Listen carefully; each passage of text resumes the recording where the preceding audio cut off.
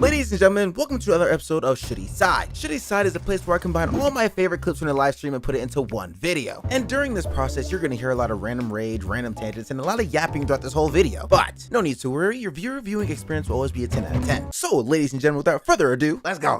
If you haven't seen the movie, they're gonna spoil you, okay? This is Spider-Man New Day breakdown, every Easter egg and detail you missed. Okay. This is what you're watching. There will be spoilers. Details in Spider-Man brand. Me personally, is the volume high enough? No. Sorry, I forgot which one I was on.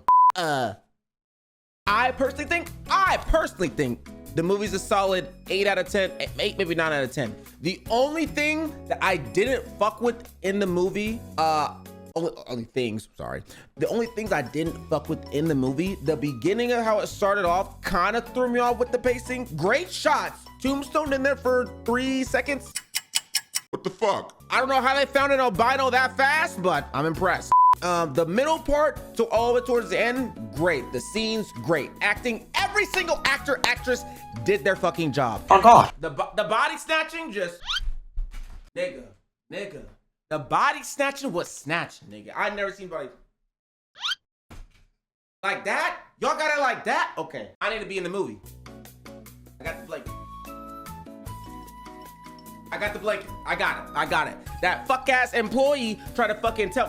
Mind you, this employee had a Spider-Man tattoo, right? Had a whole Spider-Man tattoo. I asked this nigga, I'm like, hey, my nigga. He's a nigga, just so you know. I'm like, hey, my nigga, you got any Spider-Man stuff? And he's like, you got the blanket? He says, I don't think so. how about you go back there and fucking look, bitch ass nigga?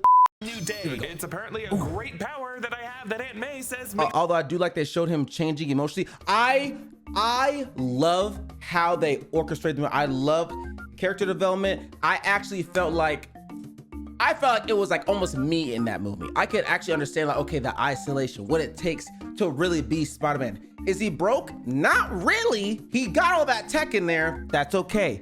He's alone. I'll take that. But my nigga, when I tell you, when she said, that's right. Hold her. Oh my gosh. No. Oh, you didn't. You did. And then you kissed him? Yes! Then you kissed him? You're a bitch ass nigga for that. I would have blew her up. I would have blew her the fuck up, 100%. Special. I'm Eric Boss of the New Rockstars channel, and this Eric is Boss, a my complete nigga! breakdown of every Easter egg and reference and detail you missed in Spider-Man Brand New Day. Whoever the fuck, some dumbass nigga said that, yeah, Peter beat the fuck out of Hulk. First off, that nigga survived the Hulk. This is not a rampage fucking Hulk that's like a real nigga. This ain't no, what is it? Is it 2007 Hulk? It ain't no 2007 Hulk, nigga. I seriously found over 100 Easter eggs, and I can't wait to share them with you with this scene-by-scene Barely breakdown survived. of Destin Daniel Cretton's amazing film. A breakdown that might be one of our longest, most in-depth breakdowns we've ever done on this channel. Although I hate they didn't restore MJ's memory because that's how the spell works, but it works for Ned. Here's my thing. Here's my theory. Ready? Let's lock in. My theory is this. With Sadie Sink, I forget her name, Jean Grey. With Jean Grey having the telekinetic ability that she has, the telepathic, whatever you want to call it. With her having that, if she's able to go into the mind and use her powers, I think she's gonna go into the subconscious, because I feel like a lot of the subconscious is linked in some sort of way. So if you're able to use your powers to go around like and get the neuroplasticity to connect again, because when it comes to forgetting something, I feel like you never forget anything, it just goes dormant. Most of you have been a child before, right? Some of you maybe first time, I don't know. But with you being a child, okay, and somehow you now are adult, you may not remember every single little thing in your childhood until you get something that shows you, right? So when it showed Ned having the dap up, I don't think he's just remembering, oh, that's Spider-Man. I think he's remembering completely that's Peter Parker. Why? Lock in. They know that Spider-Man is Peter Parker, right? Even in the apartment when they were when Spider-Man was leaving and it was Ned and MJ and she said Peter, I don't think him just hearing the word Peter was the thing that made him remember. That doesn't make any sense. Because think about it like this, y'all. If you are in a hospital, right? Say you just got hit by a car. Boom, you in the hospital, right? You go in there and you wake up, right? And you have memory loss. And your wife comes in. Say your wife's name is Abby, right? Abby comes in, hey, I'm your wife, Abby. You look at her like, I don't know what the fuck you are. And then she gives you a dap up and you're like, Abby. He remembered the dap up. That's muscle memory, nigga. So if that's the case, then I think the telepathy that what I'm telling her that she used, unlocked it within them, or she gave it back to them to connect the subconscious with the neuroplasticity to make it connect together. Now all they have to do is let the body do the work. Let things naturally do it. That's just my 2 cents. What I miss? Oh, maybe because Jean possessed MJ when they kissed, it didn't work. I wouldn't think that shit worked in the first place either. This is a great camera. Thank you, my nigga. I hope you don't see the sweat on me. Composed originally for Spider-Man Homecoming, but we only hear part of the melody. Here it goes dun, dun, dun, dun. And normally the theme goes dun, dun, dun, dun, dun, dun. But last week at San Diego Comic-Con, I got to meet Michael J. Kino after his They parted with Marvel and DC thing. Oh shit. Excuse me, you got it, Eric. annual composer panel, and he said at this panel that for his If they make Peter, sorry, I'll keep pausing. If they make Peter cool with the Fantastic Four, like in the comics, MCU just might be the best franchise. I think that'll be pretty tough. Honestly, theme for get Spider-Man him a little 4 on the shit. Okay. A New Day, he actually took the Homecoming theme and subtracted notes from it in order to represent the missing elements of Peter's life now. CEO of sex, Similarly, that's my over this nigga. opening Marvel Studios title card, something has been erased here too. Peter. We start with concept art and poster art of Peter from Spider-Man Homecoming, Spider-Man Far From Home, and Spider-Man No Way Home. And then instead of iconic MCU script lines like the opening title bumper normally has, here we see script lines of Peter and Doctor Strange's exchange near the end of Spider-Man No Way Home, when Peter told Doctor Strange to go through with the memory wipe spell, the runes of Kafkal, in order to close these rifts in reality. So the line here is, I think whenever this shit gets brought back up again, this shit's gonna fucking shake. If this is when Secret Wars, like they start doing shit like this, nigga, that's gonna beat the fuck out of Endgames. I don't think, for some reason, I don't think Doomsday is going to beat Endgame. Unless they do some crazy shit. I just don't personally think it's gonna be Endgame. In terms of like Avengers. Now when Secret Wars drops, I think that's gonna be probably the best Avengers that they will ever put out. Me personally. Peter saying, cast a new spell, make everyone forget me. And Doctor Strange saying, it would be as though you never existed. And then Peter saying, I know, do it. And then we see the golden ring of those runes of the memory wipe spell as it bursts outward. And then shots from all these past films of Peter with others as he vanishes from the frame. From No Way Home, MJ reading the newspaper, the headline, Peter Parker and his Did that nigga even graduate then? Does he gotta start school over again? Well, I guess he just lived life. How the fuck how you gonna live life and you ain't got no record or nothing? You ain't got no record of nothing. Like Peter Parker, nigga, you ain't even go to school. You're not even in the system. You're in the database. I don't know how they're gonna do it. Spider minions. Remember, Peter laid beside her. You gotta get a magic diploma or something. I don't know. On that rooftop with his head on the chemistry textbook. Now he vanishes so that she's by herself in this frame. Technically, that newspaper would have also warped so that Spider-Man never would have been outed by Mysterio. But remember, the memory wipe spell just left out the part of Mysterio's message that outed Peter. There was still the part of the broadcast where Mysterio blamed Spider-Man for everything that happened in London. So now in this memory, MJ's just reading some article about how Spider-Man's an asshole. And then this shot from Far From Home where MJ and Peter walk in Prague. This was right when MJ deduced that Peter was Spider-Man. Peter vanishes from this shot. And then from No Way Home on the right of the frame here, we see Peter in the icy Sanctum Sanctorum with MJ and Ned. And then Peter vanishes from this. And then from Homecoming on the left. So these niggas were just meeting Doctor Strange that day and they're just like, why am I meeting Doctor Strange? How the fuck I even know, bro?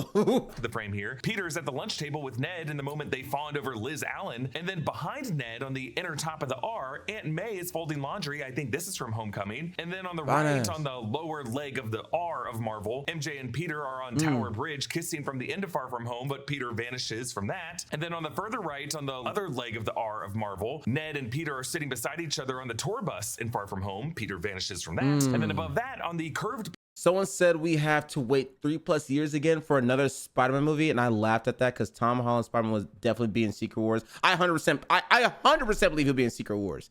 And Tobey Maguire's Spider-Man will definitely be in Avengers Doomsday. if he's not in Avengers Doomsday, I think he's gonna be right at the end, maybe as like a cliffhanger to set up for Secret Wars. That's what I think. To be in Avengers Doomsday this December, and Andrew Garfield's Spider-Man may also be in Secret Wars and Beyond the Spider-Verse, finally released next June. It's time to lock in, chat. You think Cap remember Peter? Okay, wait. So didn't Cap leave the timeline? If I'm not mistaken, did he leave the timeline? So him coming back, he would remember Peter, right? Part of the R of Marvel. Peter's facing Green Goblin in the Or is final it just battle. like, or is it the spell goes across all of history or all of like the space-time continuum? I'm not sure how the spell works. Of No Way Home, but notice he does not vanish here. Maybe because Norman Osborn Cap never and knew the nigga as Parker Peter, from only Earth Spider-Man. 96283 I don't know. He says there wasn't a thing in Civil War. He was like, "Where you from?" Queens. And I was like, "Oh, so they got some type of thing." It was like, "Well, Spider-Man's from Queens, so if I meet that nigga there, that's how I know." No, remember that Peter is Spider-Man because that spell did not affect people. I know one more question. All right, those of you that have watched Spider-Man: Brand New Day, do you guys think Tom Holland is now stronger than Tobey Maguire's Spider-Man? Me personally, I don't think so. I don't think so just yet. Now, even with the arachnid thing, I will say it is kind of questionable because he did block that one saber shit. I never seen no nigga do that before. I don't know if he got a new buff in skin or what. But then he also got shot. Nigga, what's the durability level? I'm not understanding. In other universes. And then on the far right, on the left arm of the V, MJ is standing next to the crown jewels in the Tower of London vault in Far From Home. Peter wasn't around her for that memory anyway. And then back at the top of the A of Marvel, the moment Peter said goodbye to MJ and Ned before the spell in the sunrise in No Way Home. And then as we pull away from the letters and we see Marvel, we see Aunt May in the M, Ned in the A, Peter in the R. This How is from the the fuck final can you even battle make that out, Eric? How the fuck can you even see that? Okay, this one makes sense. But nigga, the rest of them, how? Home and MJ in the V, and I think that's Doctor Strange's spell glowing in the E. And the final Marvel Studios title appears over the Spider-Man mask. So we open this film on Peter Parker in his new apartment in Manhattan, an attic storage loft that he must have gotten on the cheap and moved into since the last place we saw him move into in No Way Home's epilogue. Peter has a new self-built I was definitely looking for that fucking apartment. I was like, where's my nigga crib? What the fuck? suit fabricator device. Tom Holland is the strongest Spider-Man. It's no debate. He survived the whole. He didn't survive that time. He act like you. Look. That nigga Hulk was about to squish that nigga like a goddamn grape. You survived the Hulk, okay? You survived the Hulk. Not like you did some crazy. It's like the Hulk wasn't going crazy. He wasn't like smash. Like he fucking was throwing his shit. He Loki'd his shit. He did that. He fucked him up. I don't think no. Now he did great maneuvers. He got some equipment, sure. I don't think that makes him stronger than that. Like, as me 3D personally. printing repairs to his suit. Gone is the Stark tech that he used to do this kind of thing in past MCU films. Now all of Peter's tech must have been. What? You acting like, I think, didn't Toby do that shit with like in Spider-Man 2? He would do some crazy shit. He stopped the whole fucking train. Until Tom stops the train, I'm not listening. By himself. And you can see on his dresser his old sewing machine, the one that he used to make the suit that he was wearing at the end of No Way Home. Over this we hear Peter's voice. Hi, my name is Peter Parker. You don't remember me, but I have something to tell you that's going to sound crazy. But it's the truth, and I know you're going to believe me because you're very good at telling when I'm lying. As we'll see in a moment, these are the words to Peter's letter to MJ, a letter that MJ will eventually read in this movie and believe him. He barely stopped the train. Nigga. I don't think you're, I know I'll keep playing, I know. I don't think you're understanding. That is a fast moving train. I'm just a spider nigga with webs. And I'm holding this bitch back with all that tons of pressure. That tons of pressure that you are now pulling back. All that force, nigga. That's a lot. Your suit is tearing. Your suit, none of your muscles are tearing so hard. It's tearing through the suit, my nigga. How does that work? That nigga got some strength on him. That's full-blown spider strength he's doing right there. That's him probably at his max. I'm not hearing it. Because she's good at telling when people are lying. This is a letter that he nearly gave. Zendaya was fine as fuck. Respectfully, Tom. Respectfully, Zendaya was fine as fuck in that movie. I didn't know she could get even more beautiful, nigga. It's impressive. Gave her in the final minutes of No Way Home in the donut shop, but stuffed in his pocket instead. Now he keeps it in that same coffee cup that MJ gave to him. Peter is calibrating his web shooters with the help of his new AI assistant, Evie. No, Evie does not stand for Eric Voss, but she is voiced by Naomi Watts, the first major screen actress Tom Holland worked with in the 2012 film The Impossible, an actress that he really credited with teaching him how to conduct himself as a professional actor on a film set. So I really love how Tom's first on-screen mommy guides him throughout this movie. Peter has his own wall covered in less friendly neighborhood villains that he's been tracking lately, and a pop-up reconstruction of the set. We can see that it has various Daily Bugle print edition front pages about Boomerang, Tombstone, Scorpion, and Tarantula. Throughout this opening montage, he will take their photos off of this board as he brings them down. I was a little upset that this wasn't green. That's just a little stickler thing for me. Love seeing the Scorpion. I just wish it was like a little bit of green, but maybe they'll get it when the Sinister Six, if they do it, is made. There is a clipped note at the top reading "Great power, great responsibility" as he tries to apply the wisdom that Aunt May gave him before she died. On Peter's desk, you can see containers of gold and bronze-colored substances. I'm assuming these are part of the high polymer ingredients that he mentions to Ned later that go into his webbing. In Spider-Man Homecoming, Peter's web fluid 3.01 contains salicylic acid, toluene, and methanol. I assume he uses even more efficient stuff now. Peter finds the letter that he wrote in this cup, as if he forgot that it even existed and hadn't read it in a while, and his voiceover goes on. "We used to know each other. We were together, but something bad was going to happen, and the only way to stop it was to make everyone forget me, including you." Peter's phone. He better than me, bitch. I'm screaming Zendaya's name, nigga. I'm fucking yelling that bitch. As soon as this fucking I get back to whatever reality after that spell fucking happened, I'm doing my absolute best to make sure she remembers me. I can't just let that go. I can't just let that go. Nah, I gotta crack something. Nah, I can't do it. I can't do it. Buzzes with a notification from Ned's Instagram account about how Ned and MJ's first day at MIT. Remember, when Peter asked Dr. Strange to carry out the Runes of Kafkal Memory Wipe spell at the end of No Way Home, he erased the scandalous history that kept Ned and MJ, from their association with Peter, from getting into their dream school. Now, those two have gotten into MIT, along with Flash Thompson, while Peter stayed in Manhattan studying for the GED, so that I'm glad his bitch ass wasn't in the movie. He's funny. I'm just glad his bitch ass was not in this movie. He would have pissed me the fuck off. That ain't a Flash. He's supposed to be like Agent Venom or some shit, right?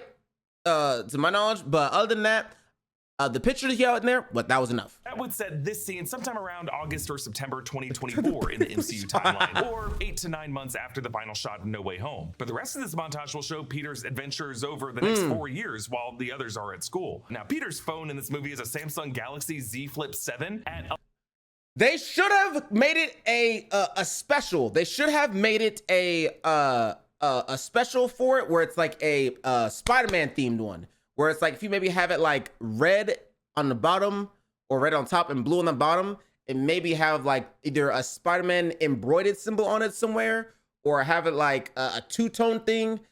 I personally think they missed the opportunity with that. It's one thing to show me the phone. I need you to make sure that niggas know when you show it, this is a Spider-Man phone. I want niggas to be jealous. If you get that shit with the Spider-Man thing on it, niggas gonna be jealous. 1,000%. $1,100 at the cheapest, and all of his fancy equipment and treadmill. We are wondering how Peter is making enough money to afford all of this stuff. Maybe when he showed Yelena his feet in the bathhouse, he was kind of promoting his OnlyFans. Ned's Instagram account name is The Grateful Ned 42. This is a play on The Grateful Dead, and 42, the big magic number from Hitchhiker's Guide to the Galaxy, Jackie Robinson's number, and in the animated How the fuck do you connect that for Jackie Robinson, my nigga? Spider-Verse movies, the universe of the spider that bit Miles Morales, the universe where Miles G. Morales comes from. That will factor in big to Beyond the Spider-Verse coming next year. Is that a stretch? Since this movie's post-credit scene shows Ned's Spidey Tracker app finding... This is not Miles. 100%. This is not Miles. This cannot be Miles. I think this is Tobey Maguire or this is Tom Holland. That's what I personally think.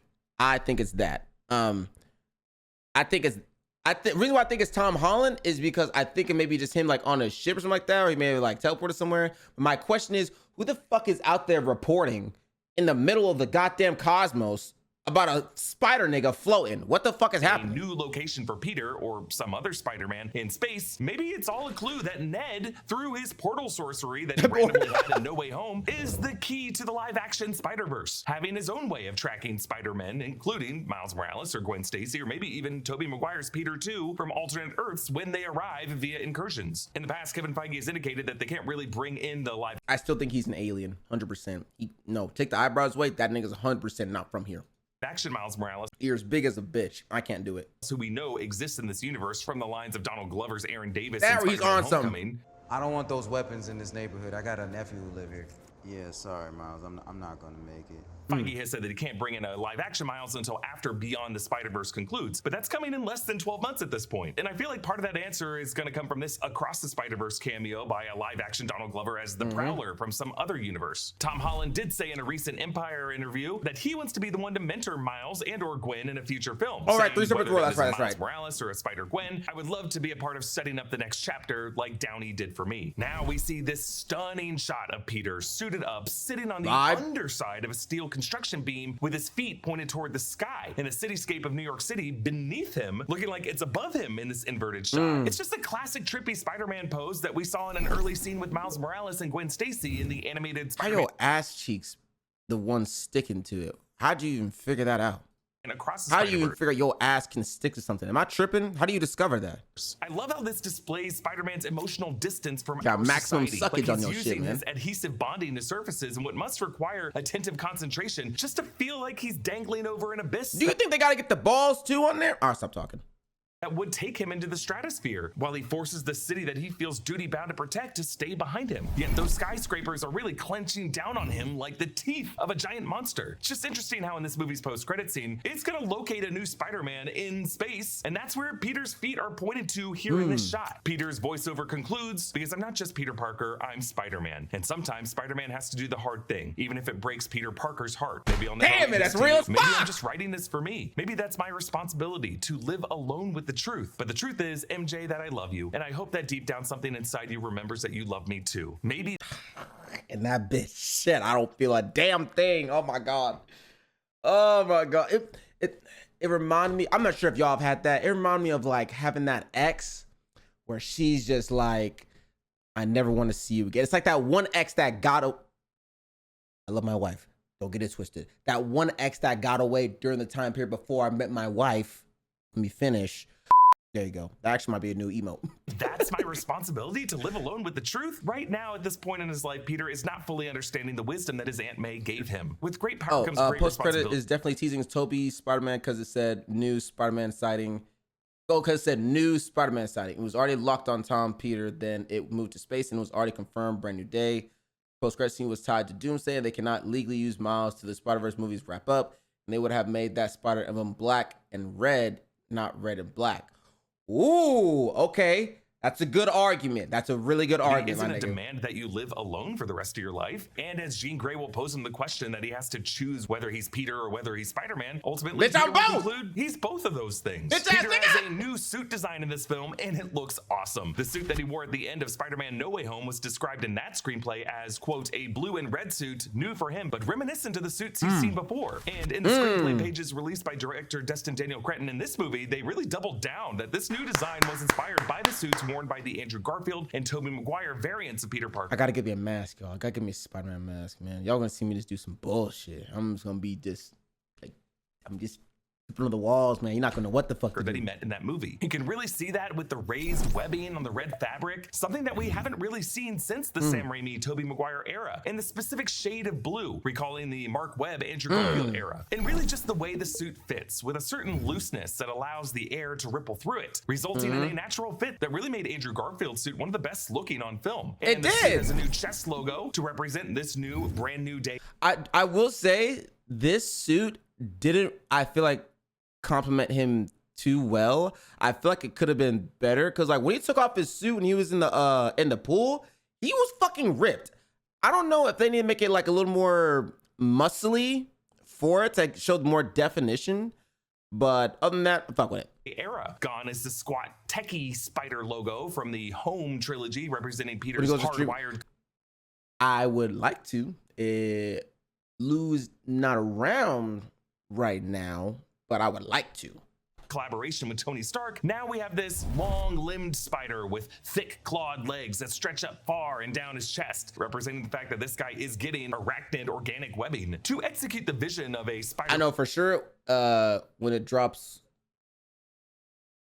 you know, legally, definitely do the Patreon. I know Twitch is not fucking with us with this shit. I know Twitch is like, nigga, is that Spider-Man? Delete. No, fuck his channel. No, fuck it. I already know. In this new era, removed from the desaturated Stark Tech nanotech armored designs that Peter had before, Destin Daniel Cretton assembled a dream team of department heads. Director of photography Brett Pollack, Cretton's past collaborator from Short Term 12, The Glass Castle, that also had Sadie Sink in it, and Just Mercy. VFX supervisor Jerome Chen, who worked on the Andrew Garfield Spider-Man movies, really the best live-action web-swinging action that we've seen prior to this film. That shit was fire. Longtime costume designer Sanja Milkovic-Hayes, stunt and fight coordinator Finn Zhang, who choreographed fights in Shang-Chi, and colorist Tom Poole, the last of whom really brought out the reds and saturated midtones of the natural lighting that Pollack shot in. I really don't like comparing this movie to John Watts' work in Spider-Man No Way Home, because that movie was shot during COVID with impressive efficiency, and it was really a miracle that they even... Speaking of COVID, did y'all see what the fuck they posted on Twitter, my nigga? Did y'all see that they just admitted it? What the fuck they did? So I'm just like, oh.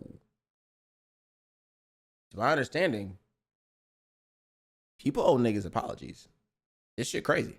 Could get a movie that good out in December 2021. Without the work of Watts and his crew on that movie, hundreds of movie theaters... I gave it a day. Look, I watched it early release, right? I watched it on a Thursday. I let Friday go. Cool. That's 2 days for me. I gave it 2 days. You can't tell me I can't not talk about it. Nigga, all I wanted to do was play Spider-Man the minute I got home. I went to sleep. All I wanted to do was immediately just play Spider-Man. I was like, bitch, I want to 1% this bitch tonight. That's what I thought. In North America would have had to shut down. That movie really did save our industry. And speaking of No Way Home, over this montage, we hear TV on the Radio's 2006 track, Wolf Like Me, the music video for which was shot by John Watts. In addition to it being a sick track, I wonder if Cretton added it here as a nod to Watts' pre-MCU work. Peter catches this guy in a green suit. It's an exact restaging of the cover of Amazing Fantasy 15, the first ever comic appearance of Spider-Man.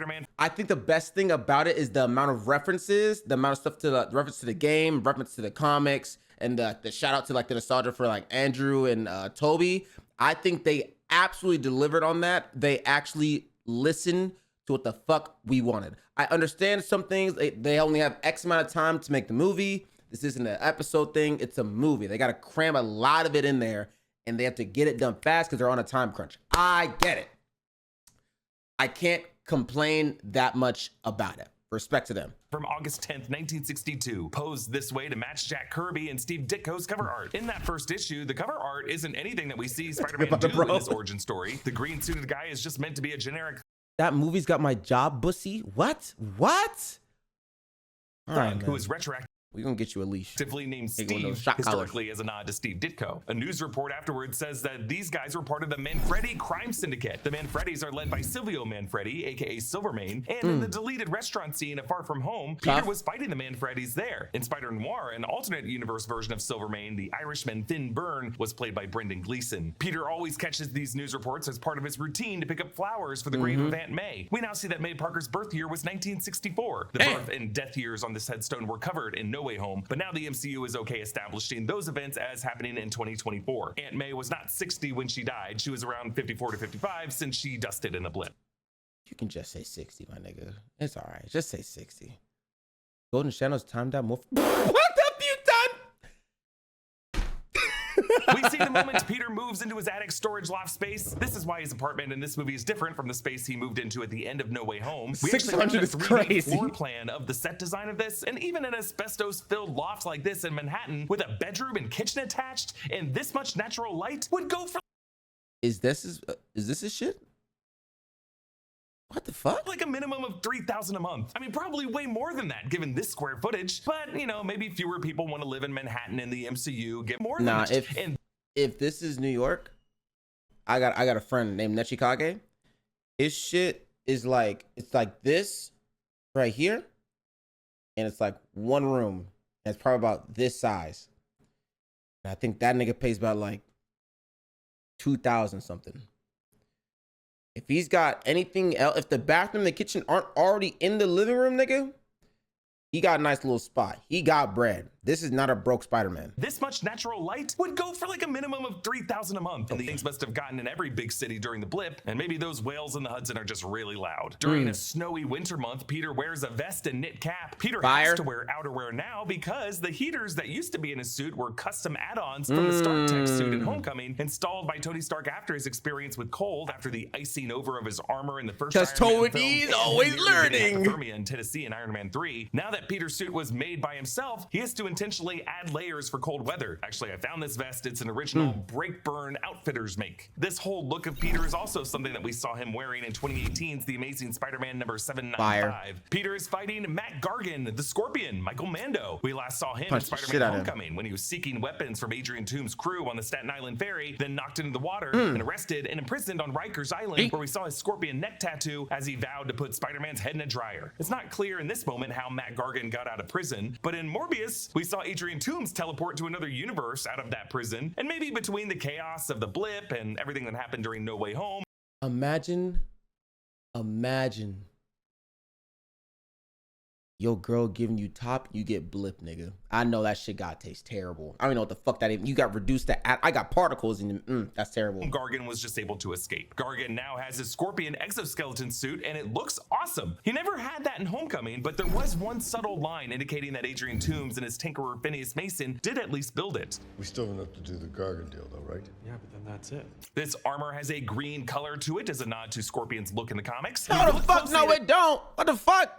Is that military green, you bitch? Get that highlighter green in there, man. Uppercut attack on Peter. Gargan controls the tail movement with his arm doing the uppercut. I really love this functionality. This framing is a restaging of Alex Saviuk's comic book cover art. That's what I thought I was gonna see. Spider-Man Adventures #2, a tie-in comic with the Fox Kids Spider-Man animated series that was airing at the time. Actually, when talking about all the comic covers that they recreated for this movie, Destin Daniel Cretton said that they had to shoot these slow motion shots at 420 frames per second, which is insane. What That's the 14 fuck? times slower than the normal frame rate of 30 frames per second. Cretton said that there wasn't room for acting choices in such a small gap of time, but that Tom Holland, within that 1/14 of a second, could control his body well enough in order to strike these kinds of expressive poses. I specifically love the detail of the knit cap flying off of Peter's head. Oh, Tom might be him. Tom, you might be him.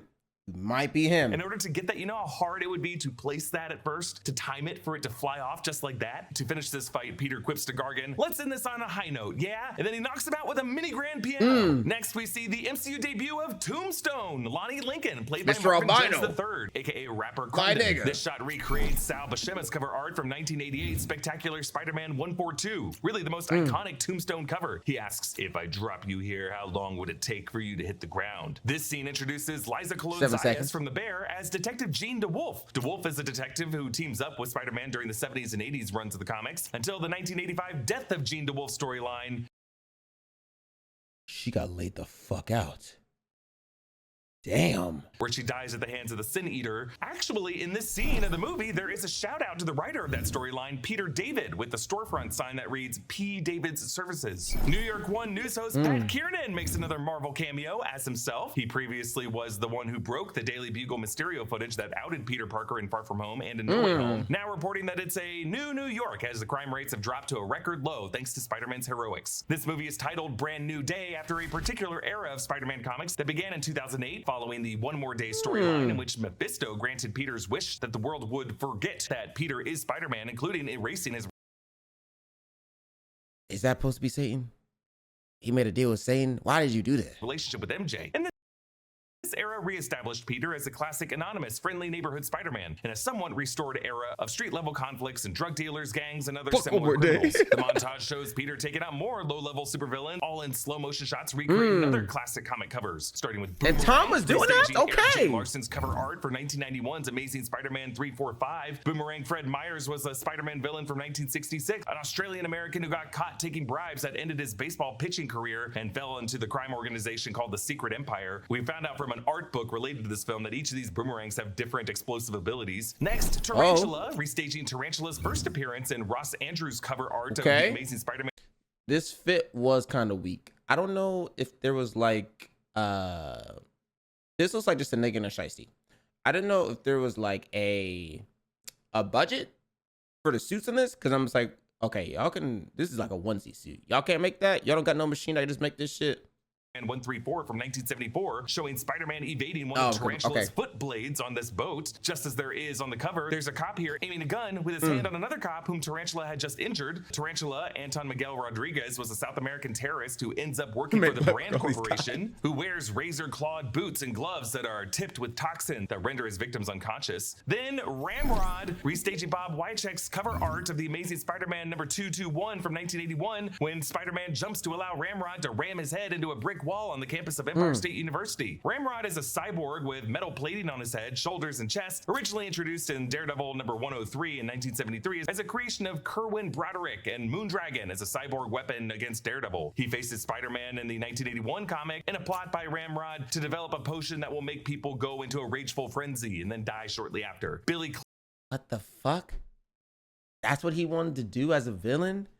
Make niggas get pissed off? What the hell? Clements played Ramrod in this movie, and he said on Instagram that he was grateful to make it into the film considering they shot lots of other scenes with recognizable actors that were removed from the final cut. Kind of curious who else they had in mind for this movie. Pat Kiernan also said that Spider-Man defeated the Hand, whom we see Peter leaping toward in this epic slow-motion wuxia wirework shot. No, Daredevil was not VFX scrubbed out of this shot. The Hand represents an ancient order of ninjas, first introduced in live action in the Daredevil series in the Netflix era. Their goal then was to defeat death and attain immortality by digging up the bones of an ancient dragon buried beneath Midland Circle in New York City, remains that they used along with human blood to synthesize the resurrection elixir. The leaders of the Hand had used this to stay alive for centuries, but they used the last of it to resurrect Elektra Nachios into the weapon known as Black Sky. The Hand was supposedly defeated as of the Defenders crossover series in 2017, but this movie suggests that all these years later, the Order carried on with these 5 or 6 left with their niggas kept their job. That's crazy as fuck. Bright red Frank Miller era clothes. This movie really uses the Hand as a visual flourish to stage some really cool looking action, especially in the final battle in the prison, but I'm not sure how much the creative team working on this movie watched the Netflix shows or understood what the Hand was really trying to do back then. Peter receives the key to the city from new mayor Sheila Rivera. Sabrina Guevara returns here from Daredevil Born Again on Disney Plus, where Sheila was Mayor Wilson Fisk's chief of staff. But when Fisk was forced to resign at the end of season 2, it seems that she has stepped up, at least as interim mayor. The city's general support for Spider-Man now represents a full 180 from when Fisk, in his inaugural address, called out Spider-Man as a vigilante. I don't need a gun-toting vigilante who wears a skull on his chest, or a man who dresses in a spider outfit. Peter plays with his key to the city while he sits with his bruised legs next to his building's washing machine where he washes his suit, reminding me of Tobey Maguire in Spider-Man 2 when he did his laundry and his suit turned all of his white clothes pink. Thanks to BetterHelp for sponsoring today's Shout out BetterHelp, good for you. Get help, you need help, my nigga. Get help, you need help, my nigga. Get help. Caesars was one of the big sponsors of this movie. Peter wears his black, the physics are theoretical, but the fun is real shirt. Peter wore this in Homecoming when he was with Tony Stark in the car, and in No Way Home when he's being interrogated by the DODC. In this Instagram post, Ned talks about all the great memories he racked up at MIT. Night swimming in the Charles River with Jen and Wiley, the infamous food fight at the Banana Lounge. The Banana Lounge is an actual room on the MIT campus that's filled with bananas, and all-nighters with MJ and someone he calls Nate Dogg. Maybe Nate is the name of the new boyfriend played by Iman Esfand. I'm jealous. I know this nigga, I know he told all his friends what he did. I know he told all his little friends what you don't believe who I kissed, bitch ass nigga. Like, you rather you kiss Zendaya or something. Shit, something like that. I already know he did. It feels like yesterday when he was sitting on a rooftop with MJ thinking about coming to MIT. This shows how his memory was altered by the spell. In No Way Home, Ned, MJ, and Peter all sat on the rooftop dreaming of going to MIT. We see a close-up of the Emperor Palpatine Lego minifigurine. This was how Ned first greeted Peter in Spider-Man Homecoming as they were working on their Lego Death Star together. We saw in the No Way Home final scene that Peter kept that. As Peter exits his apartment, we see a spider in a web in his doorway. We also saw a spider in a spider web in one of the opening shots of Sam Shout out my nigga Toby. As Tobey Maguire's Peter Parker ran to catch the bus. This movie will also show our Peter going through a similar physiological change. Peter calls Detective DeWolf from the bodega. In this shop, every time we're in here really, Bureau can be seen on the shelves. Bureau is Tom Holland's non-alcoholic beer brand. DeWolf brings up the headaches Peter has been getting as we saw him rubbing his head in the opening montage, showing how despite the particular triggers he goes through in this movie, his physical changes are something that has been coming along for a while. Peter responds to another call and runs across the rooftop, hops over an AC unit, sending us into this incredible leaping. I couldn't understand how the fuck he jumped off this and like, cause look, he jumped right here.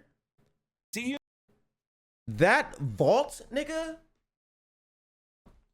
How the fuck?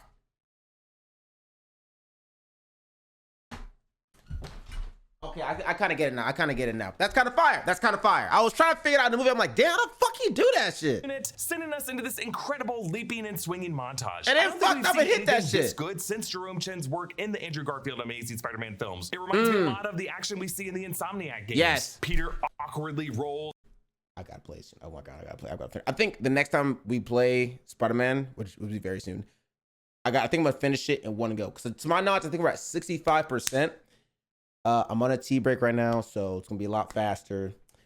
I think that is gonna be pretty fire. On the diagonal building surface and then goes into a leap where we see his point of view of his boots. I love how there's some sloppiness in the movement and the subjectivity as we are seeing what Peter sees. Now Peter runs down this beam and does this backflip dive. We see his body reflected on the nearby building glass as his suit ripples in the wind. And another new shot that we haven't seen in any Spider-Man movie before, a macro close-up of Peter's eye under the mask as the eyepieces heads-up display reflects in his eyeball. Such a beautiful scene. We saw Peter testing his HUD with EV earlier, and it's this new goggle and the tiny signal that it emits that MJ later deduces as responsible for his inhibitor chip on his neck not reaching his brain. I love how they set up the answer to that mystery right here in the first 10 minutes. There's another great shot from Peter's point of view looking up at his arms as he swings toward the Empire State Building. The camera shakes like it's a GoPro strapped to Peter's head or his shoulder. And then on the next big leap, Peter just soars through the air, and notice how he takes a moment to like crack his knuckles as he looks. Yes, I do agree. It was a little loose. I kind of overlooked it. I think I didn't like it in like the neck area. But if it was like here or there, I was fine with it. But here in the neck area, I feel like you got to get that shit right. It's got to look seamless. Over at the tank plowing through the street, he might also be rubbing his wrists because along with his headaches, his wrists have... Imagine this, Spider-Man 5, the villain is Chameleon who figures out Peter's identity, disguises himself as Peter's loved ones to fuck with him. And at the end of the movie, Chameleon is killed. Post-credit scene, a man approaches Chameleon's grave, declaring a hunt down Spider-Man, and so Spider-Man 6 Kraven's last hunt. If they do Kraven, and it's with like I think is it the Venom suit where I think Peter comes back from the dead, nigga, if they do that right, that's gonna beat every single Spider movie ever. I 100% think so.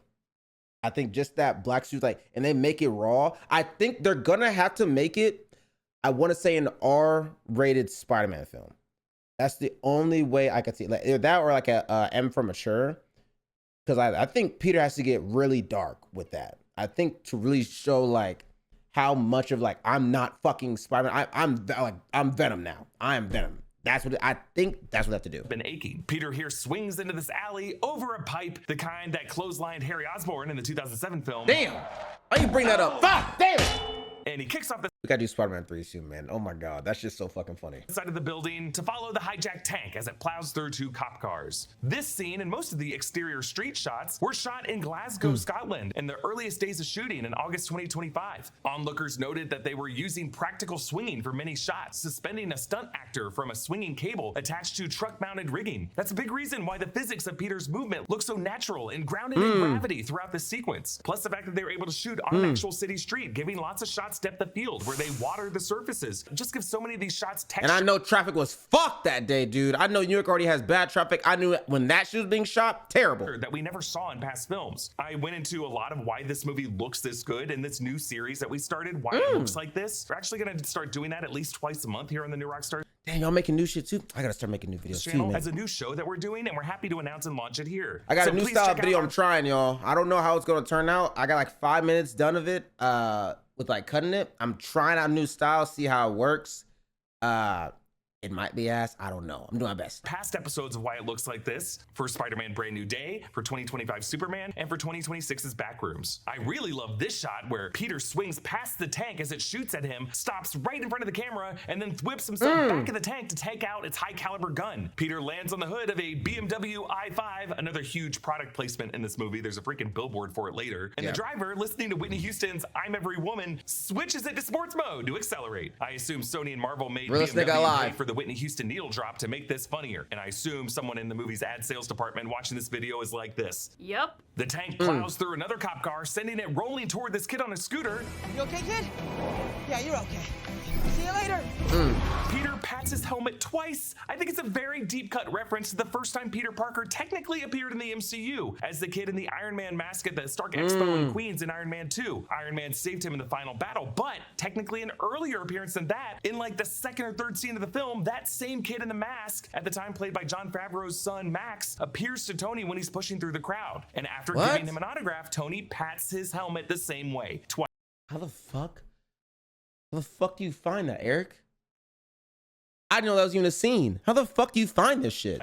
Could this nigga be finding shit? Like, I know I be finding small shit and things. This nigga actually finds shit. little kid on the scooter be our Miles Morales? I looked at the actor on Instagram. He's a stage dancer who was in a West End production of Oliver, just like Tom Holland's origin on the West End on Billy Elliot. I probably overthinking it, but kid, I hope I gave you some more Instagram followers. The tank charges toward a tour bus where the tour guide says, you wouldn't know it by looking at it, but this is the same street that was destroyed in the Battle of New York. Of course, referring to the 2012 Avengers film. This tour guide, though, was also played by Taria Peterside, who voiced Storm in the X-Men audio drama from 2015 to 2018. Peter webs the corner to swing and redirect the tank out of harm's way. His webbing breaks loose and he smacks into the window where this girl in a Jets shirt and headphones barely notices him. When this shot appeared in the trailer, a lot of us saw this girl's hair and immediately started screaming, it's Rogue! It's not Rogue, but Jean Grey shows up as randomly in this universe as this random extra does. Peter webs the wheel of the tank and reels himself into the back of it, and then his spidey sense goes off.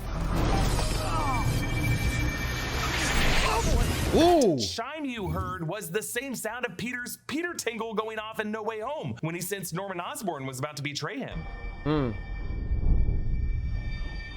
That was such a fire scene.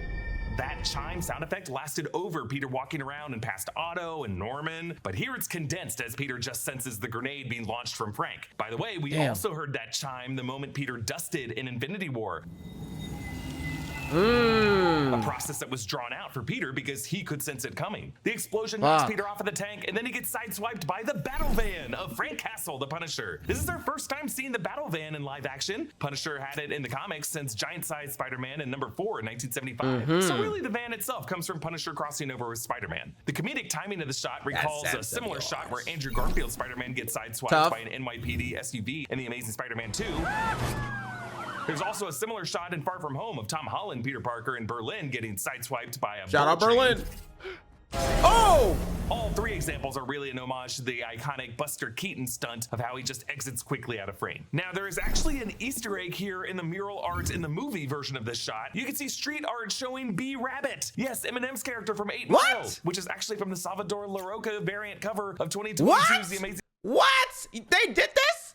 Dead ass? What the fuck? Why are you here? You're rapping? Spider-Man number 1. Why is Miles in the back?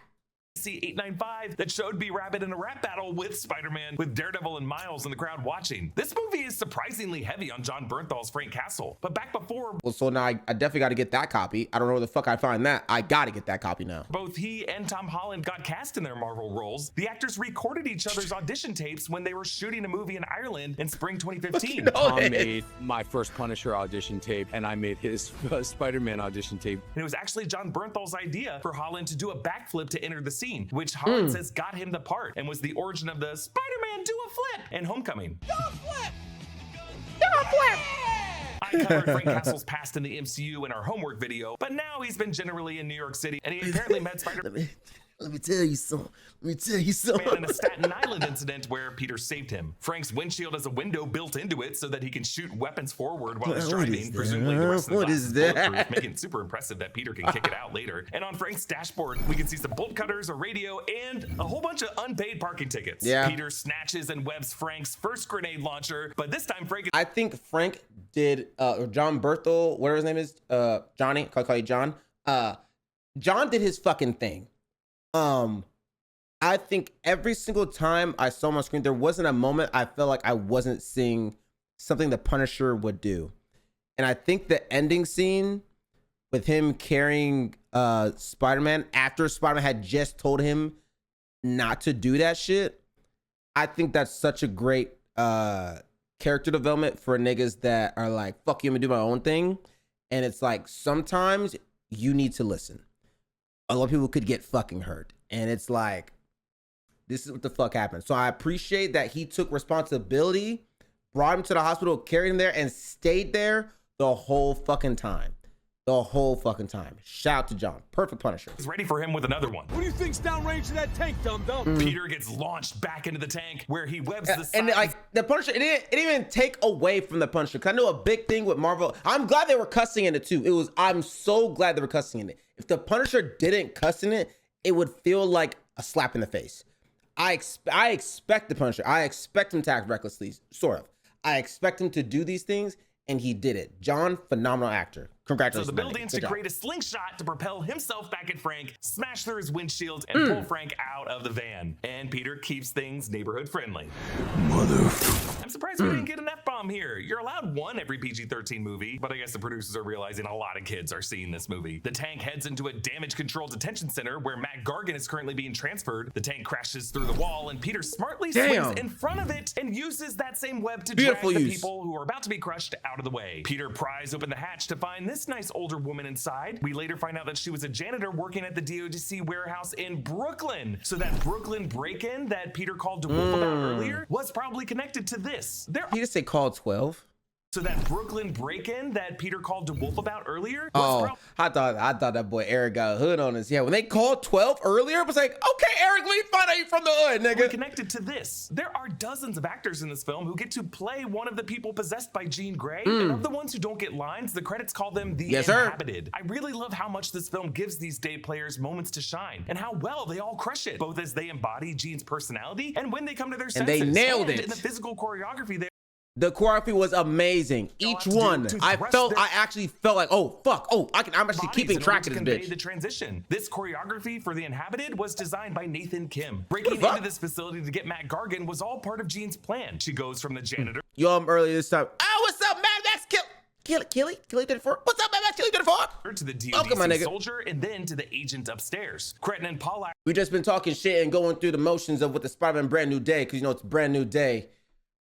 Whenever you come here to stay, type shit. To this awesome lateral tracking shot showing Jean's consciousness jumping among 4 inhabited victims as they force their way through the crowd. And on the last one in the hard hat, notice how Jean turns this guy around to smirk at Spider-Man because she's not trying to blend in, because her goal is actually to get Spider-Man away from the tank so that the tank can explode without his spidey senses alerting himself to the explosives to stop it. We also get a little clue here of Jean's 33-foot range limit once this worker gets on the roof. Even after he sees the DODC soldier across the way, he still has to walk 10 to 15 feet closer before she would be in range to jump into the next guy. Jean nearly throws this soldier off of the roof. Lots of attempted murder by Jean Grey here, and completed murder in one case. Or maybe she just trusts that Spider-Man will save the guy. Jean. I'm honestly surprised she wasn't locked the fuck up. I understand you did all this for your sister. I completely understand.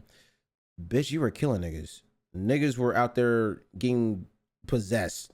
You're going to jail. Fuck you. Tries to jump into Peter's mind, and we briefly see Peter's old bedroom with a bunk bed from Spider-Man Homecoming. The walls are bare in this version of the room, but the Mets pennant is still on the wall, and the fan is still in the corner. And on the floor is this brown paper bag. This is the bag that Tony Stark returned Peter's first generation Stark suit in, writing, "This belongs to you, TS." Tony so that Stark. would place this memory right after Aunt May walked in on Peter while he was wearing the suit and realized that her nephew is Spider-Man, the final shot of Homecoming. What the? But Peter is able to force Jean out of his mind. In No Way Home, when Dr. Strange pushed him into the astral plane, Peter was able to use his spidey sense to control his body's motor functions, an ability that Dr. Strange had never seen before. The telepathy of mutants like Jean Grey and Charles Xavier does operate somewhat in the astral plane, so Peter can resist Jean here probably for the same reason. Jean, as this soldier, taunts, "What's in the tank?" And boom.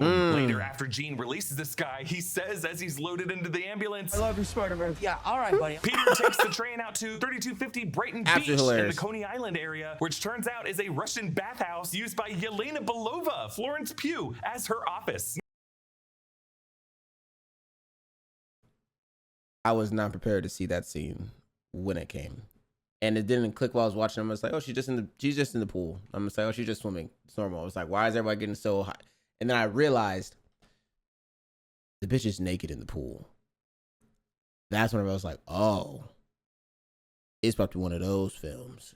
Understood. Turns out is a Russian bathhouse used by Yelena Belova, Florence Pugh, as her And office. she got the vibe too. She got the vibe to do it. Every Sony Marvel Spider-Man movie does have at least one cameo from the MCU. This one got a whole bunch. So this would be after the events of Thunderbolts, when Yelena Belova is now part of the new Avengers, struggling to get the public to take them seriously. And I assume Yelena uses this Russian bathhouse instead of the new Avengers tower, just because she doesn't trust Val. Yelena makes Peter strip down and join her in the bath to make sure that he doesn't have any weapons on him. He of course leaves his mask on, and she asks about a girlfriend or a boyfriend or something else, mentioning that there's lots of conjecture online and super graphic artwork, specifically one involving Mysterio. While Team Mysterio outing Spider-Man as Peter Parker was erased in the memory wipe spell, the part of Mysterio's posthumous disclosure that blamed the attacks on Spider-Man, a masked Spider-Man, would still be out there in this history. And it follows that there would then be conspiracy theories and I guess graphic.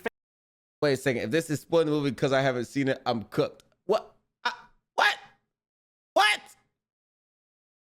I literally gave a whole fucking notification. Spoil. I gave like 3 notices. And art and fanfiction. It even says Spider-Man Brand New Day breakdown Easter egg. What? You see, we're 33 minutes in. About how Spider-Man and Mysterio actually were lovers. Yeah, there would just be a lot of confusion there that a lot of creative artists out there would try to make sense of. Yelena says that Peter's investigation of the DODC is small potato stuff, whereas the new Avengers focus on big potato stuff. Yeah, we're about to see a hell of a big potato in the form of 2 or 3 other Earths in nearby space when these incursions and Dr. Doom arrive in Doomsday. Peter asks Yelena if what he saw That with the nose is pointy as a bitch. and Dr. Doom arrive. That nose strong, man. That's a good right angle right there, boy. This shit perfect.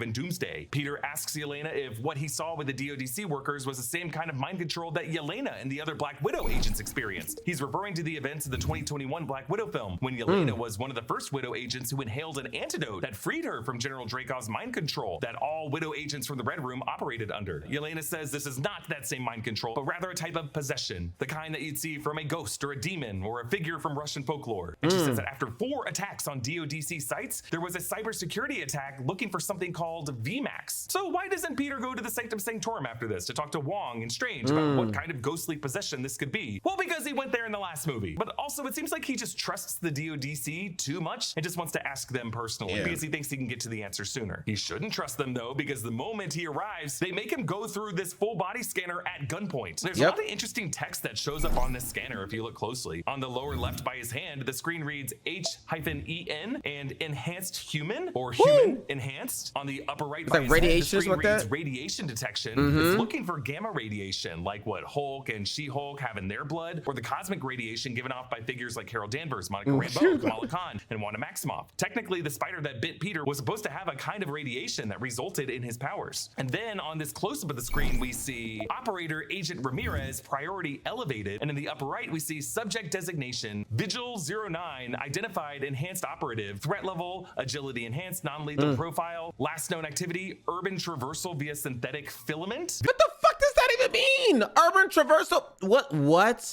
What?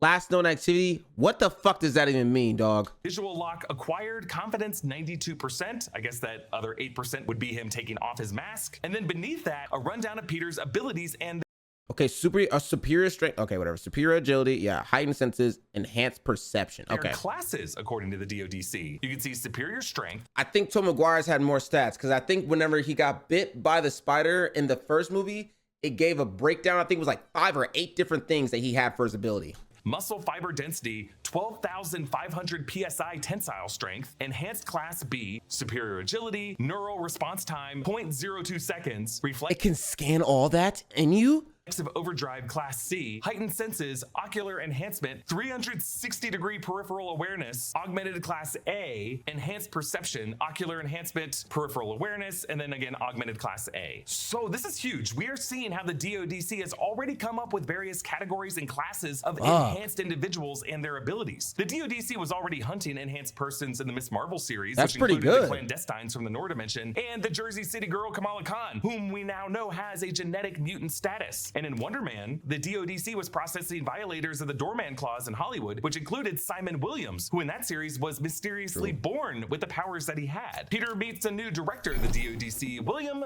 Bill Metzger, played by Tremel Tillman, who is an incredible actor from Severance. In the comics, William Metzger is a militant played by Tremel Tillman, who is an incredible actor from Severance. In the comics, William Metzger is a militant anti-mutant leader and propagandist. Giving a suited government authority this name tells us that Marvel Studios plans to use him and the DODC in their future as a mutant hunting agency. Metzger in this scene really lays out all the reasons the DODC are the true villains of this movie. He shows Spider-Man the hand ninjas and says that they were just a group of kids without a leader, and he saw opportunity in redirecting the threat that they brought. And fun thing too, I was watching, I was like, that's good, but it seems to always be the case when they say we're gonna use this shit that was used for evil and turn it into good, they always seem to use that shit for evil anyway.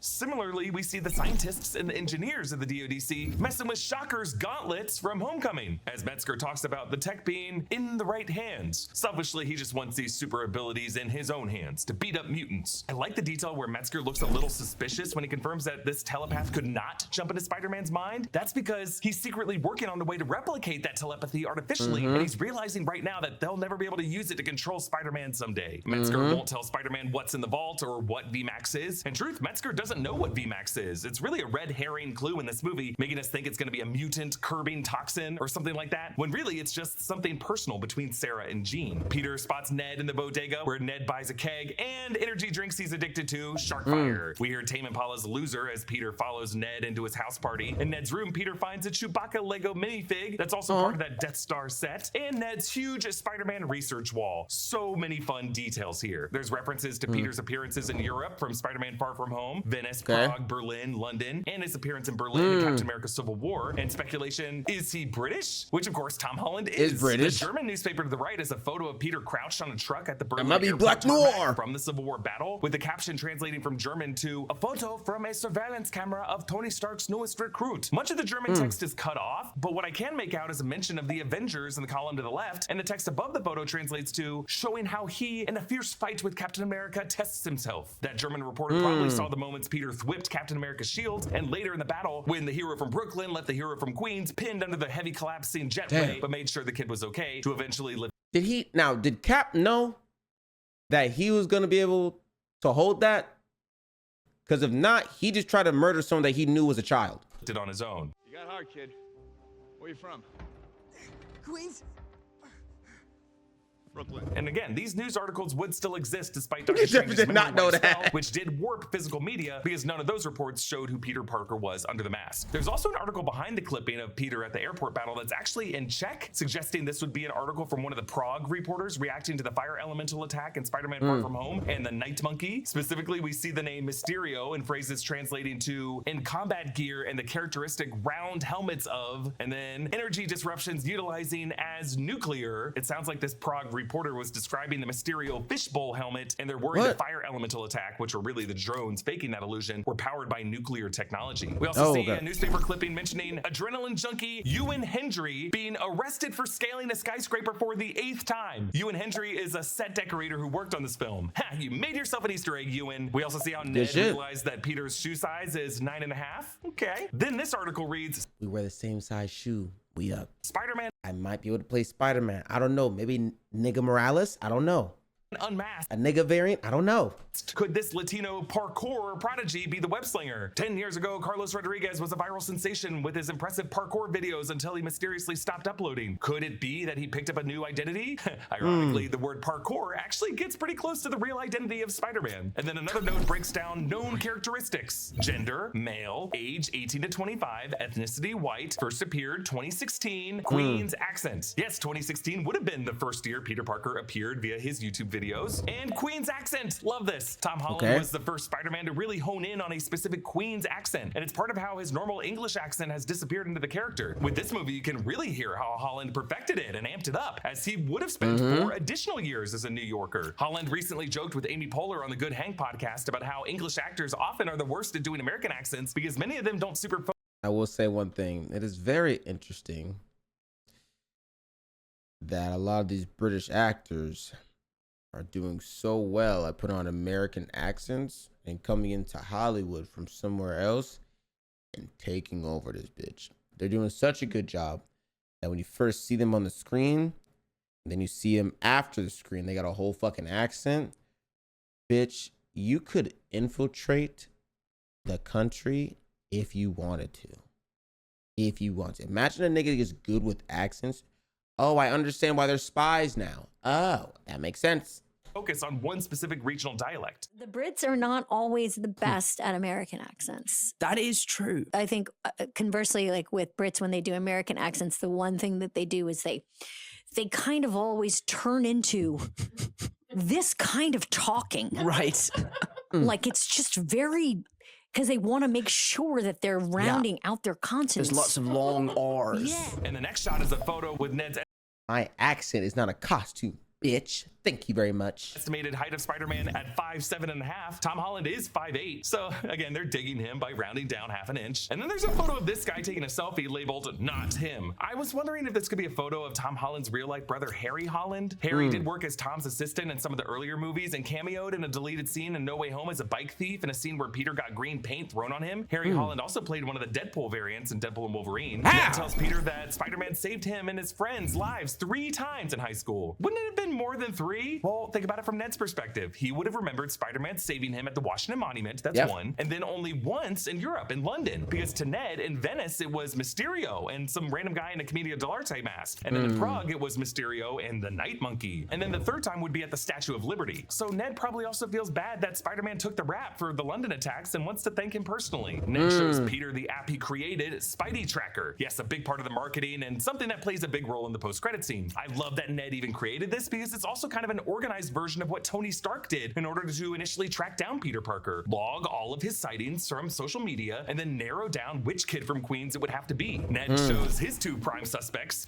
Eugene Flash Thompson. This is his cover photograph for the Flashpoint book from No Way Home. And I guess a yearbook photo of Roger Harrington. Yes, their science teacher at Midtown High, played by Martin Shout out, Starr. Mr. Harrington. And if you think about it, technically Roger Harrington is the same guy who was at Culver University in the 2008 Hulk film. So I love how Ned might have tracked that down and said, wow, this guy was part of Avenger events since the beginning. And again, I love that Ned would have had to assume that it would have to be someone who was with them both on their trip to DC and their trip to Europe. To the left of these is a photo of Peter's hands labeled slightly small. Another dig to, I guess, Peter's physical attributes. MJ walks in and she's wearing the broken Black Dahlia necklace that Peter bought for her in Venice, given to her via Happy Hogan in Far From Home, where it was then broken. But MJ liked that it was broken, and she continued to wear the same necklace in the donut shop at the end of No Way Home, even after the memory wipe spell, which is a sign that part of her still remembers Peter, and that part of her is still alive now. MJ notices the flowers that Peter initially bought for Aunt May, which Peter now says is a housewarming gift, and it's why Peter improvises his name being Maynard, a neighbor across the hall, he says. I'm just a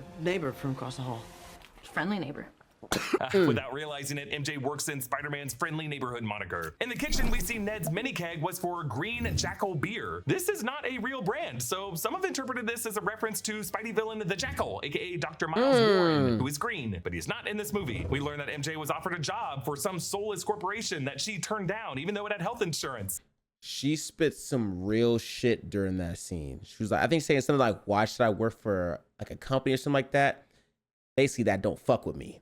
And I was like, and that's real. Leading to this solid joke where she's like, yes, but at what cost? And Ned's like, depends on what your deductible is. Then the boyfriend, never named, played by Imanis Fondi, brings in a pack of Ramune. This is a Japanese carbonated lemonade. Already this handsome face is sliding into the trio. Why didn't he point out the Naruto fucking poster that was in the background? That's a fucking Easter egg. The same role Peter had. And when he plants one on MJ, Peter knows he has been replaced by Ezra Bridger and his beautiful blue eyes. What Peter the fuck? swings through the rain, recalling the much shorter kiss MJ gave him on Tower Bridge and Far From Home. And then the moment the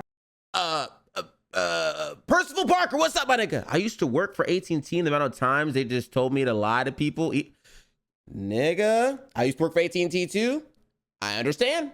Three of them were on the rooftop in No Way Home, dreaming of a fresh start at MIT. Then the moment he said goodbye to MJ, and when he nearly told MJ the truth at the donut shop. Back at home, a very drippy Peter sees his reflection in the monitor, showing his eyes all black. He collapses, much like Tobey Maguire's Peter collapsing in a cold sweat in the 2002 film. Now we see the memory that Jean nearly hacked into, sometime after Aunt May caught Peter wearing his Spider-Man suit in his bedroom. I like how in this memory scene, they seem to make up Marissa Tomei and Tom Holland to appear younger, kind kind of like they looked in Homecoming. And Tom Holland in particular speaks in a Movie is higher fine. register. This movie is fucking absolutely phenomenal, and we're doing pretty good, man. We're just sitting here chilling, watch this real quick. Getting this out. We're almost done doing our thing. And a slightly less Say hi to YouTube. We'll say hi, brother. pronounced Queen's accent. The next morning, Peter wakes up in a cocoon, suspended outside, mostly naked in this alley. An outside corner like this would be where a spider would naturally find a safe spot. Peter pushes his way out and falls before catching himself with his organic webbing coming out of his wrist. I love how grossed out Peter is. I don't even know how the fuck that's even supporting him. Like, how is it like, okay, if it's in the glands, right? And you make it come out, pause. You make it come out. How is it supporting you, your wrist, your arm, and your body weight? How? First, trying to wipe it away before he falls to the ground. So here it is, organic webbing in the MCU. Originally in the comics, Peter Parker has always used mechanical web shooters. The whole concept of organic webbing coming out of your own skin came from a very early idea for a Spider-Man movie in the late 80s, when it was conceived as more of a body horror film akin to The Fly. When James Cameron took on the project, he kept a lot of those elements and specifically conceived of organic webbing coming. Dick whip. I was gonna say it earlier, but I didn't want to say it because I thought you were going to pick on me. Out of the wrists in an extended scriptment that he wrote when he was imagining Leonardo DiCaprio for the role of Peter Parker. But then when the rights to the film were in dispute. Imagine Leonardo fucking DiCaprio as Spider-Man. I couldn't. I don't think I'd like that. I don't think I'd like that at all. If it is, it's like that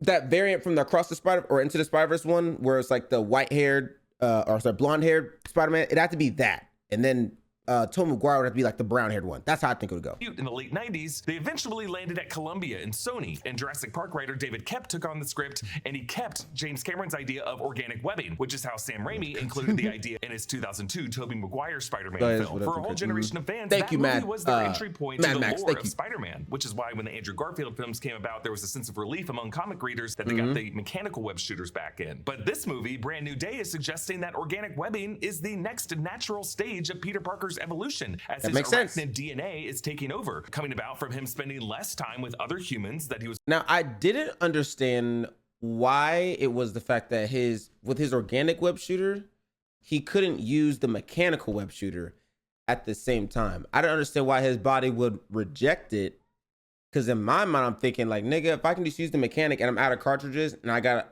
or like someone breaks my cartridges, nigga, I got the organic shit. I can use that as a backup. Because I'm not sure how much energy that takes. Like, I'm not sure how much protein I need to eat in a day to actually make my shit. Once close with. I hope Peter's eating. The more lonely Peter is, the fewer people he allows in his life to ground him in humanity, the more his arachnid DNA says, okay, my turn then. I think it also didn't hurt that this Peter gained some core memories with Peter 2, Tobey Maguire's Peter. Oh, Leonardo DiCaprio. Oh, sorry, I didn't read your thing. Leonardo DiCaprio would have saved Michael Jackson, since that was also around the time Marvel was bankrupt and he offered. Oh, okay. Has organic webbing and arguably taught our Peter the most vital lessons in No Way Home. Peter crawls into the laundry room and grabs some random clothes and takes the elevator, including this black tank and juicy couture of his blonde neighbor that he ran into earlier, now with her boyfriend and a very unfriendly dog. Peter finds webbing all over his apartment. His artificial webbing is designed to dissolve after a certain amount of time. Hey, that's gonna dissolve in 2 hours. No. Come fix this. Not this stuff. EV explains that his arachnid DNA has spiked hormones that produce silk glands and spinnerets in his wrists. He tests his mechanical web shooters, but instinctively his glands feel the need to emit as well, so they blast off the mechanical ones, sticking them to the fridge. Peter goes out on the rooftop and goes into sensory overload, where we see a single drop of water exploding into the bucket, and we hear a chip bag dragging across the rooftop, and pigeons deafening. It's quite like Sam Raimi's sequence in the 2002 film when Peter oversenses the fly. Okay, W reference. Spitball, okay. And the monstrous Joe Manganiello's fist coming at him. Peter actually references. Oh my God. All right. If y'all saw my Spider-Man Nostalgia Rant one, there was a fucking scene in there where, y'all remember that shit where Tobey Maguire had punched Flash and he slid on the ground and the person dropped food on top of him.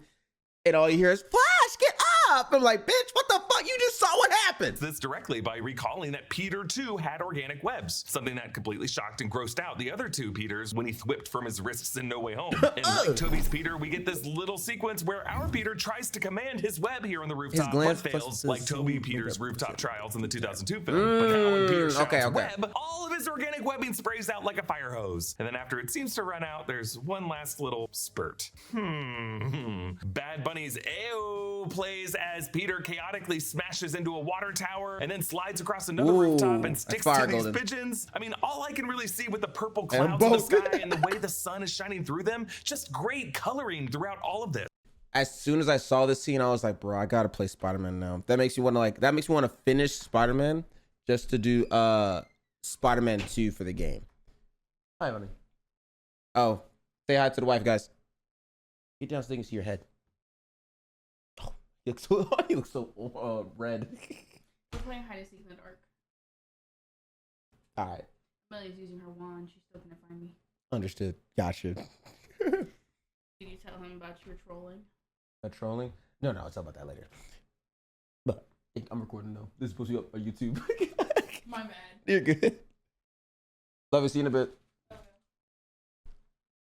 But unfortunately, in all of the wide shots of Manhattan in this movie, whenever we see JP Morgan Chase Tower, we do not see the new Avengers Tower next to it, as it appears in the recent Doomsday trailer. It's not in this movie, and it's really frustrating. Jean, controlling Scorpion, seeks the VMAX in the DODC data center. Peter swings into this area screaming, smashing through 3 signs: Bob's Hotel, then this Taqueria sign, and then Jen's Pizza. I love the depth of this shot. There's 3 objects of varying distance from camera getting knocked before a quick camera pan and Peter crashing practically in the foreground. Jean controlled Scorpion attacks, smartly using Scorpion's stinger to... This, when Spider-Man, nigga, went black eye mode, nigga, he was putting some fucking herf on that nigga. Drag his body to a halt. Peter's headache worsens and Jean/Scorpion sticks the stinger right in his face. And now Peter's arachnid DNA takes over and Peter like, I'm not fucking playing with you. Grabbing Scorpion by his tail and smashing his body on a cop car and then ripping off that tail and completely beating him with it. DeWolf arrives and tells Spider- beat the absolute shit out of him.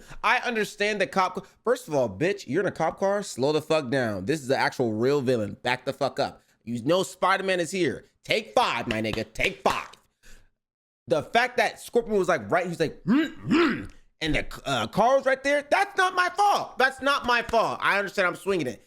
Bitch, I'm fighting a villain with a scorpion tail right now. Get the fuck out the way. Man, that he almost killed that cop. And Peter seems particularly terrified by this, fueling my theory that one or both of Peter's parents were first responders who died during 9/11, since he was born 1 month before those attacks, and something must have happened to his parents for him to have to grow up with Aunt May and Uncle Ben. Peter goes to the campus of Empire State University. Empire State is a college that Peter attends in the comics and various other media. It's where he meets Gwen Stacy. Now, their ball knowledge, nigga, is insane. I have never seen somebody with so much. I don't know if this is like a team effort or this is all Eric by himself.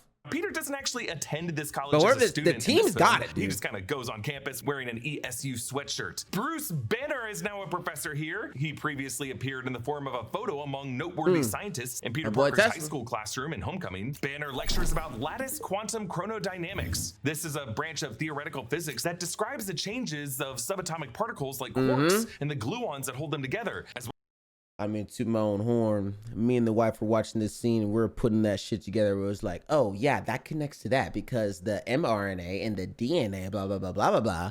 We was definitely like some little nerds in that bitch. Definitely, I'm a scholar, best believe. Well, as the whole universe. Banner says, we can arrange time and space in a grid. Time and space in a grid? That kind of sounds like the way Dr. Doom and Reed Richards are gonna science their way through universes in Doomsday. And ironically, time and space were the 2 Infinity Stones that Bruce Banner was most consequential with before he snapped all 6 stones together in Endgame. The Time Stone when he... Why does he need to snap though to activate it? The Space Stone when his variant from 2012 knocked the Tesseract, sending it to Loki's feet. Without him doing that, we would never have Loki variant L1130 and the whole Loki series and how important the character is going to be in Avengers Doomsday. I gotta watch Loki Cindy again. Raises her hand. I assume this is Cindy Moon, though here she's played by Shannon Young. Girl named Cindy raises her hand. I assume this is Cindy Moon. If this is Cindy Moon, shit's gonna get fucking crazy. I heard about this bitch these niggas get freaky as fuck with that shit.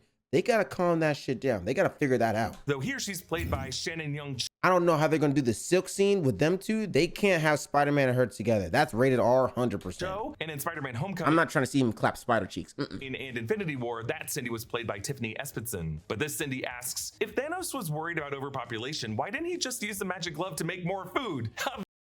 Which I'm just like, just because I make more food, they're just gonna eat it all, and then people are still gonna be bored and still gonna overpopulate. I can understand, bitch, I still gotta wipe them out.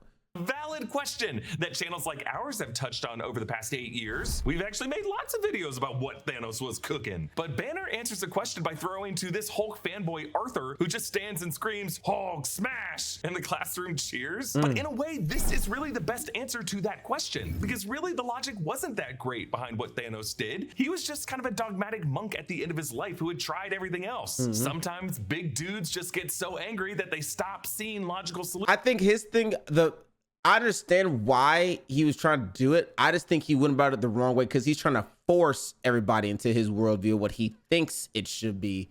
But I'm pretty sure if he just maybe talked to some more niggas about what should I do to help save the fucking, I don't know, universe, whatever, some shit, I feel like we could figure something the fuck out.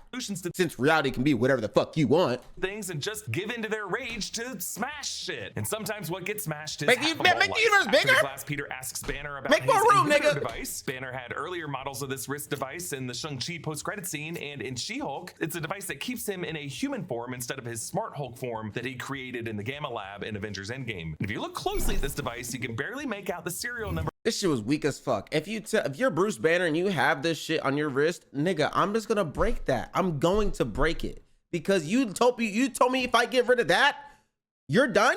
Okay.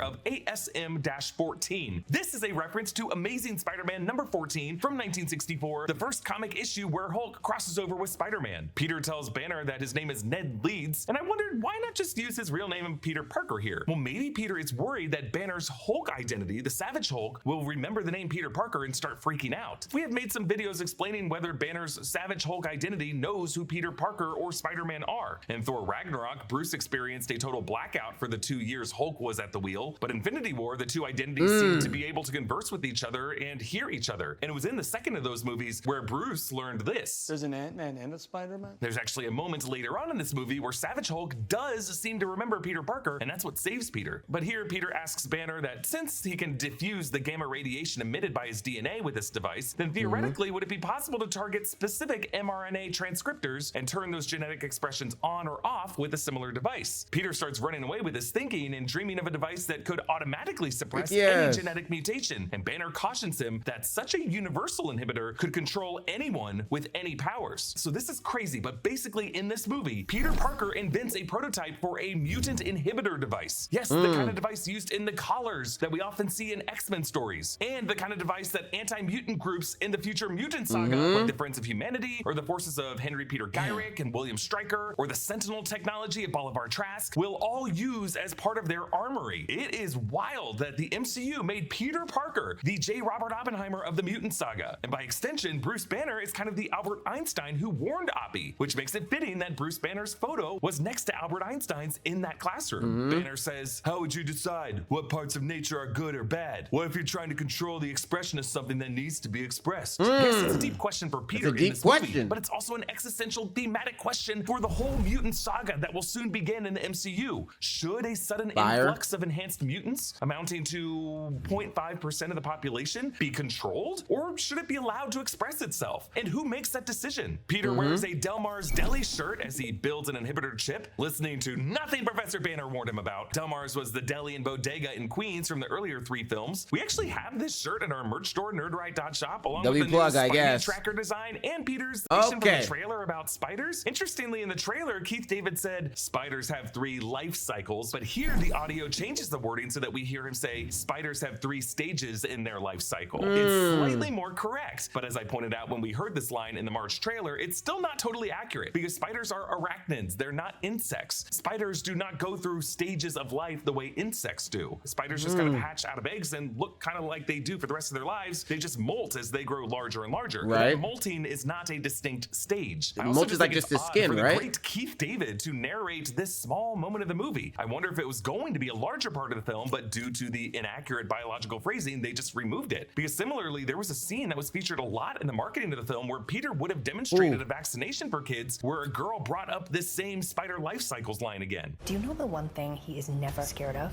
Needles. What the? It's probably spider puberty. Hey, come on! Spiders have 3 life cycles. Have you shut up your old skin yet? Yeah, this scene was completely removed from the movie, just making it very weird that Sony kept it in the marketing as late as June. Peter's 4th model inhibitor chip works on his own arachnid DNA, so he takes it for a spin outside. In the alleyway, there is a campaign poster on a dumpster for Wilson Fisk, making NYC safe. Now, some have believed that Vincent D'Onofrio's Kingpin could never appear in a live-action Spider-Man movie due to rights issues, but Kevin Feige recently clarified this. Did you ever go down the road of Daredevil, Kingpin? From what Vincent has said, there are some rights issues on the Kingpin side. Right. They're not. I mean, they're things to navigate like everything else. But we talked about all those characters. We had Daredevil in our movie. Yeah. But as soon as Peter uses I need to see Kevin Feige and an alien in the same room. I think that's gonna really solve the problem. his new heads-up display, that signal interferes with his inhibitor and he gets sensory overload again and accidentally drops some web grenades and boom. I love that we see these explode from outside the alleyway. From a physical comedy perspective, it's kind of the opposite of Peter suddenly getting swiped out of the frame by the battle van. Here he gets blown into frame. Jean's next inhabited victim was standing right there on the moment of explosion. Where the fuck said that was Miles? That's not fucking Miles. You lost your goddamn mind. So she must have been stalking Peter. Yo, Spider-Man, you okay? You get rid of that monster. Now, he do sound like Miles. He damn sure sound like Miles. Inside you? Nii Akin plays David, and I think they just named this guy David in the credits so that people weren't like, oh, is this guy's name Miles Morales? Jean reveals that she knows he's Peter Parker and that she's currently in his apartment. As Jean holds the letter, her inhabited victim David also pantomimes holding the letter, leading to a pretty hilarious rule for Jean's possession in this movie. Like, to make certain gestures as the possessed body, does Jean have to physically do those herself? I might go give MJ a call. Oh, bitch! What? I might go talk to your bitch later. Ow! Okay, you got it. Kind of seems like she does. And while she gestures while linked with another body, does that person always mirror the gestures? Like when her older sister Sarah demonstrated it with a woman waving in the park. Sarah wasn't waving, but Abby pointed out that maybe when MJ kisses Peter on the rooftop later, Jean was somewhere else kissing the air. That's just very funny to me. Funny. Like, all right, come there. Now Jean jumps into a businessman and then this woman and then into this poor street worker played by Judd Charlton, whom Jean walks into the street to get wrecked by a taxi. Damn. No way this dude survived this Meet Joe Black. Damn. Jean Grey straight up murdered this guy. I don't know. Maybe she learned something about this guy when she went into his mind. I mean, that's the only justification I could think of. But even in that scenario, just Why was, when he was standing in the road, what the fuck was the taxi doing? Why weren't you paying attention to what the fuck was going on the road? I think we got to talk about the real drivers in that bitch. She went into his mind. I mean, that's the only justification I could think of. But even in that scenario, just kind of he did sound like him. I understand it. Make him turn himself into the cops with evidence of whatever he did. Just Like did doing what taxi Jean driver. did also kind of ruins the taxi driver's day. Peter chases Jean through the bodies of the inhabited into this wedding. And I love the way he crashes into the 4-tier wedding cake. The top layer just kind of neatly drops and mostly stays intact in case the bride and groom want to save it for that 1-year anniversary. This bride and groom are named Lucy and John. Actually, when their names show up on the helicopter in trailers, some comic fans noted that there is a Lucy and John Riker from the Incredible Hulk's comic run of the aughts by Paul Jenkins and Ron Garney, where Lucy Riker is someone dying of cancer and she gets injected with Hulk blood, making her a disfigured gamma. Ew! Oh, bitch, I understand. I would cry too. I understand. Oh, fuck no. I don't know. You got yuck mouth. That's terrible.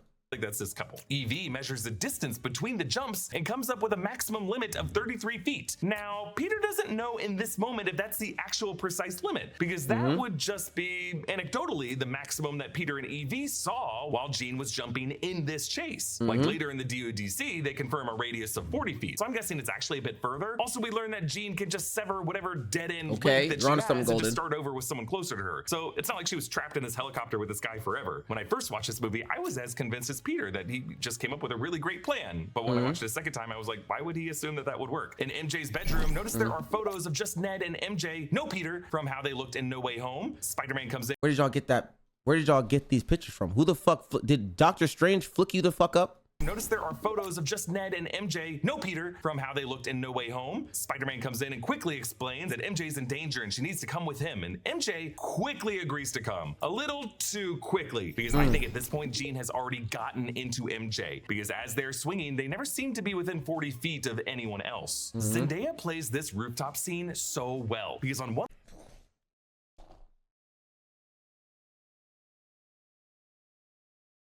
level, she's giving us the astonished MJ realizing that they must have known each other, but also the actress gives us enough to suspect something is off about her. She's just a little too doe-eyed in this realization. It's like Jean Grey is doing a theater girl audition of someone realizing something. If it were just MJ figuring something out, her realizations always come with a bit of sarcasm and a little paranoia. None of that is here. But how I caught on to it was just the fact of how calm she was. I was like, you're really calm for someone that just kind of just met Spider-Man, just swung through the air and is now landing here. And you're now face to face with Spider-Man in the middle of the night in the middle of New York City.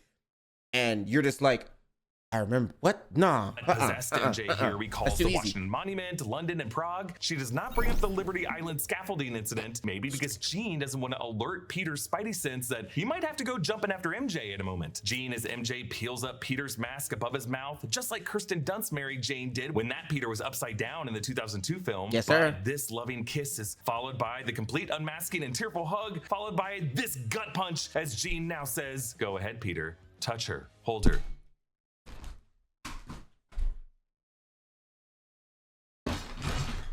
And you know what? If that ever happened to me, I'm swinging, bitch. Zendaya, she would want me to swing on her, okay? Let a bitch be inside you like that and say, yeah, hold her, nigga. Oh! You wanna play with my feelings? My mom already got blown up, nigga. It's up for you. That's how I personally feel. That's just my 2 cents. You've been wanting to do this for so long. Damn. Straight hands, 100%. Zendaya really knows how to drop a, "Hey Cass, how long have you been fucking Nate Jacobs?" Damn it, you did not! Had all of us fooled. Jean as MJ mocks us, the audience. All of us. True Love's kiss breaks the spell and reunites the star-crossed lovers. Yeah, I kind of thought it would for a second. And notice how Michael Giacchino's music here is exactly what we hear in the previous great twist of this franchise when Peter's in the car with Liz's dad revealed to be Vulture. In that scene, John Watts used the shifting traffic lights on Michael Keaton's face to convey his villainy. Here, Destin Daniel Cretton has Zendaya step back to let the neon red glow on her face. Peter's right. What Jean is doing here is monstrous. To control a woman's body without her consent and make her kiss another person is a form of assault, Jean, on both MJ and Peter. Is Jean too evil in this movie? They're going to We're gonna jail. talk about that in our sneak peek podcast episode coming Sunday. They shot this on the rooftop of the real life Silver Cup Studios, the New York area production facility where many interior scenes of Daredevil Born Again were shot. Peter's arachnid rage emerges and he suspends Jean-controlled MJ over the ledge, just like Tombstone did to him earlier in the movie. And remember how Tombstone asked how long it would take for Spidey to hit the ground? Now Peter's gonna have to do some of that mental math to answer that question. 7 seconds. It's not that hard. It's 9.8 meters per second squared times the height of the building. I'm sure Peter has gotten that figured out. Jean kicks MJ off of Peter.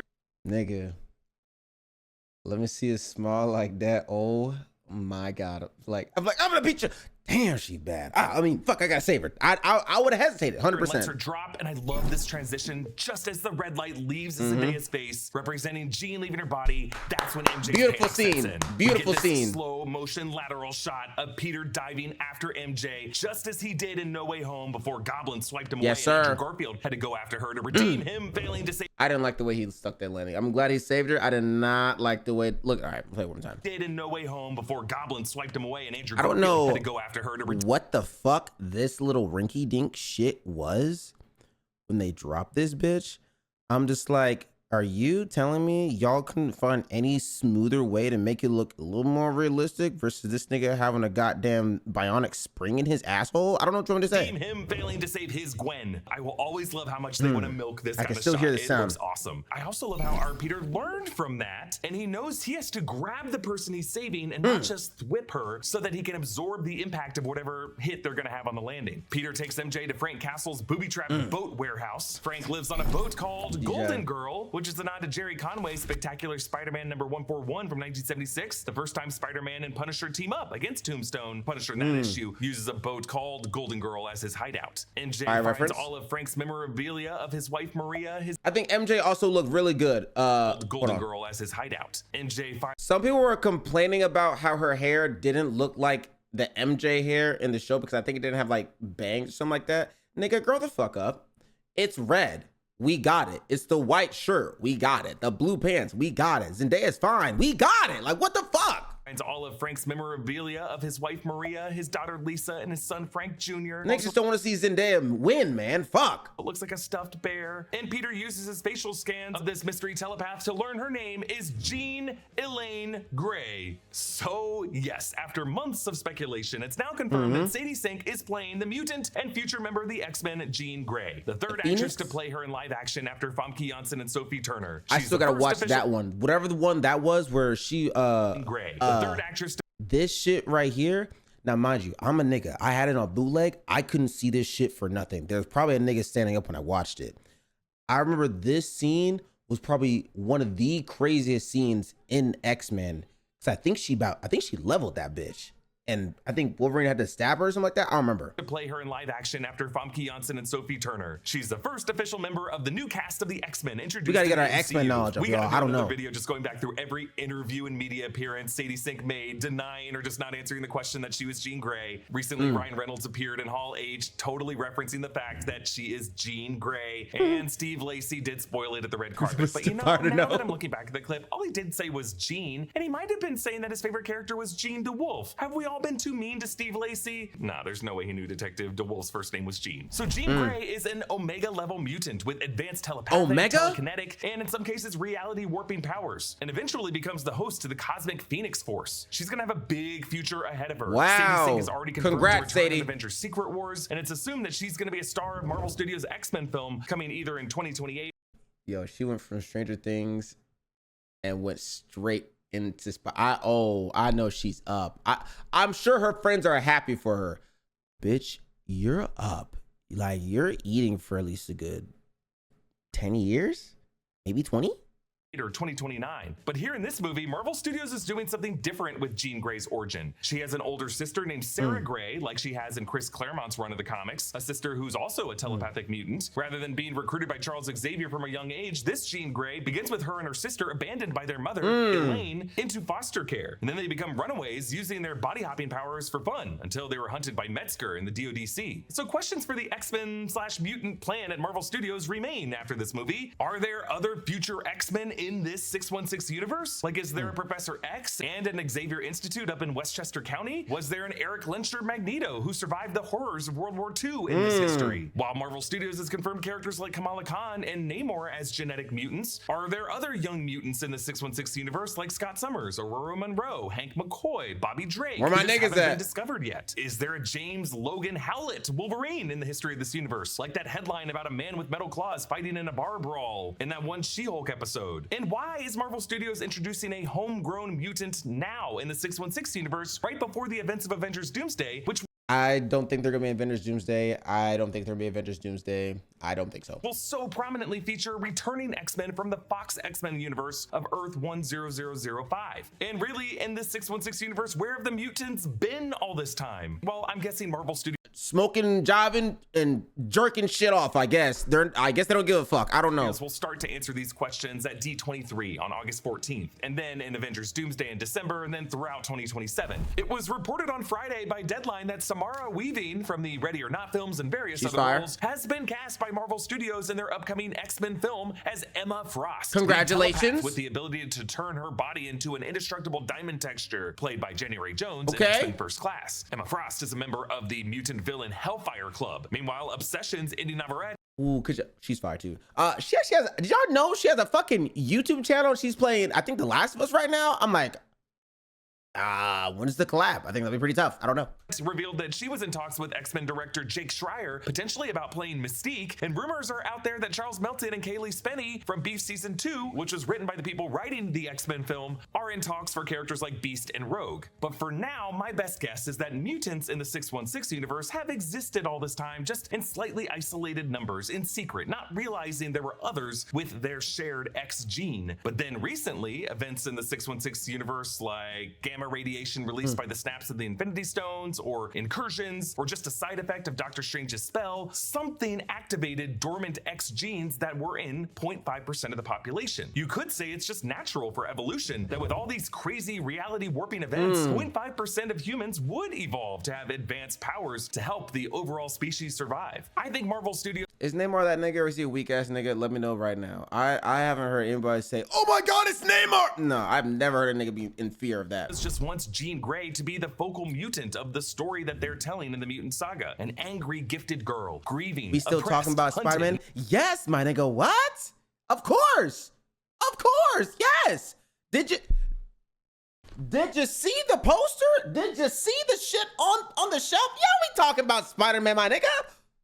What are you saying right now? Exploited, capable of scary, violent acts. I got the fucking shirt on. Redemption. Introducing her in this billion-dollar Spider-Man movie, I think is the best way to get young viewers invested in her journey. And Sadie Sink is amazing casting for that. As to the Doomsday and Secret Wars of it all, I'll have more thoughts on that in future videos. MJ helps Peter fix his inhibitor chip and gives another voice of warning, saying this is like altering your DNA. Using the Oppenheimer example, she's kind of like Isadora Rabi, lovingly warning this Oppie that he is opening up too big of a Pandora's box. Meanwhile, Jean has raided the DODC headquarters tower. When Peter gets in here, he sees some hand ninjas kind of limping away, wounded from trying to fight the Hulk. Jean shows Peter Banner's broken inhibitor, meaning she inhabited Smart Hulk. This is his 7'5" form from Endgame, capable of talking and wearing some clothes, and is conscious enough to be controlled this way. So now Peter has to use his second inhibitor chip on Banner first. But Jean gets a sudden headache. I wonder if she's struggling to contain the Savage Hulk identity beneath the mind of Banner that she's inhabiting. Frank Castle arrives, laying some suppressing fire and roaring like he always does, and Peter traps Banner in this web grenade. And I love how Banner here does one rare range attack that I don't think he's ever done in the MCU, the seismic stomp. He does it on Punisher. I love seeing it here. Clearly, Destin Daniel Cretton is a huge fan of the Hulk. It shows. Peter webs both of them and drags Frank under a leaping Hulk to shoot him This from was below. fire. So This was basically, fire. Gets some shots at Hulk's feet and his like under section, and then when Hulk's facing away from him, he totally gets a shot right up his butthole. Now Frank grabs this alien grenade. So the art book for this movie confirmed that the DODC also has confiscated Chitauri tech and Sakaran tech and tech from Rocket Raccoon. Was that Stan Lee? DC also has confiscated Chitauri tech and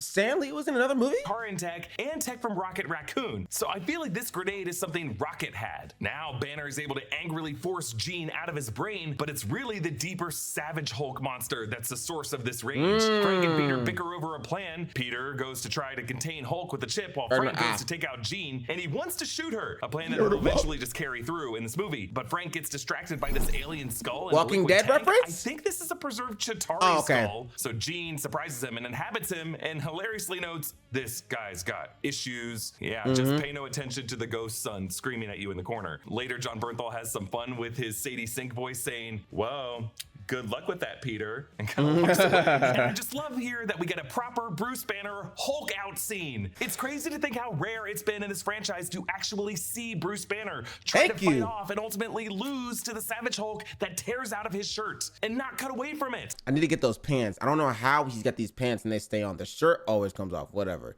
Them pants, them shits be lasting. I don't know if they're Chicos or what. 2012's Avengers only showed the moment Banner actively controlled the transition. I'm always angry. Okay, man.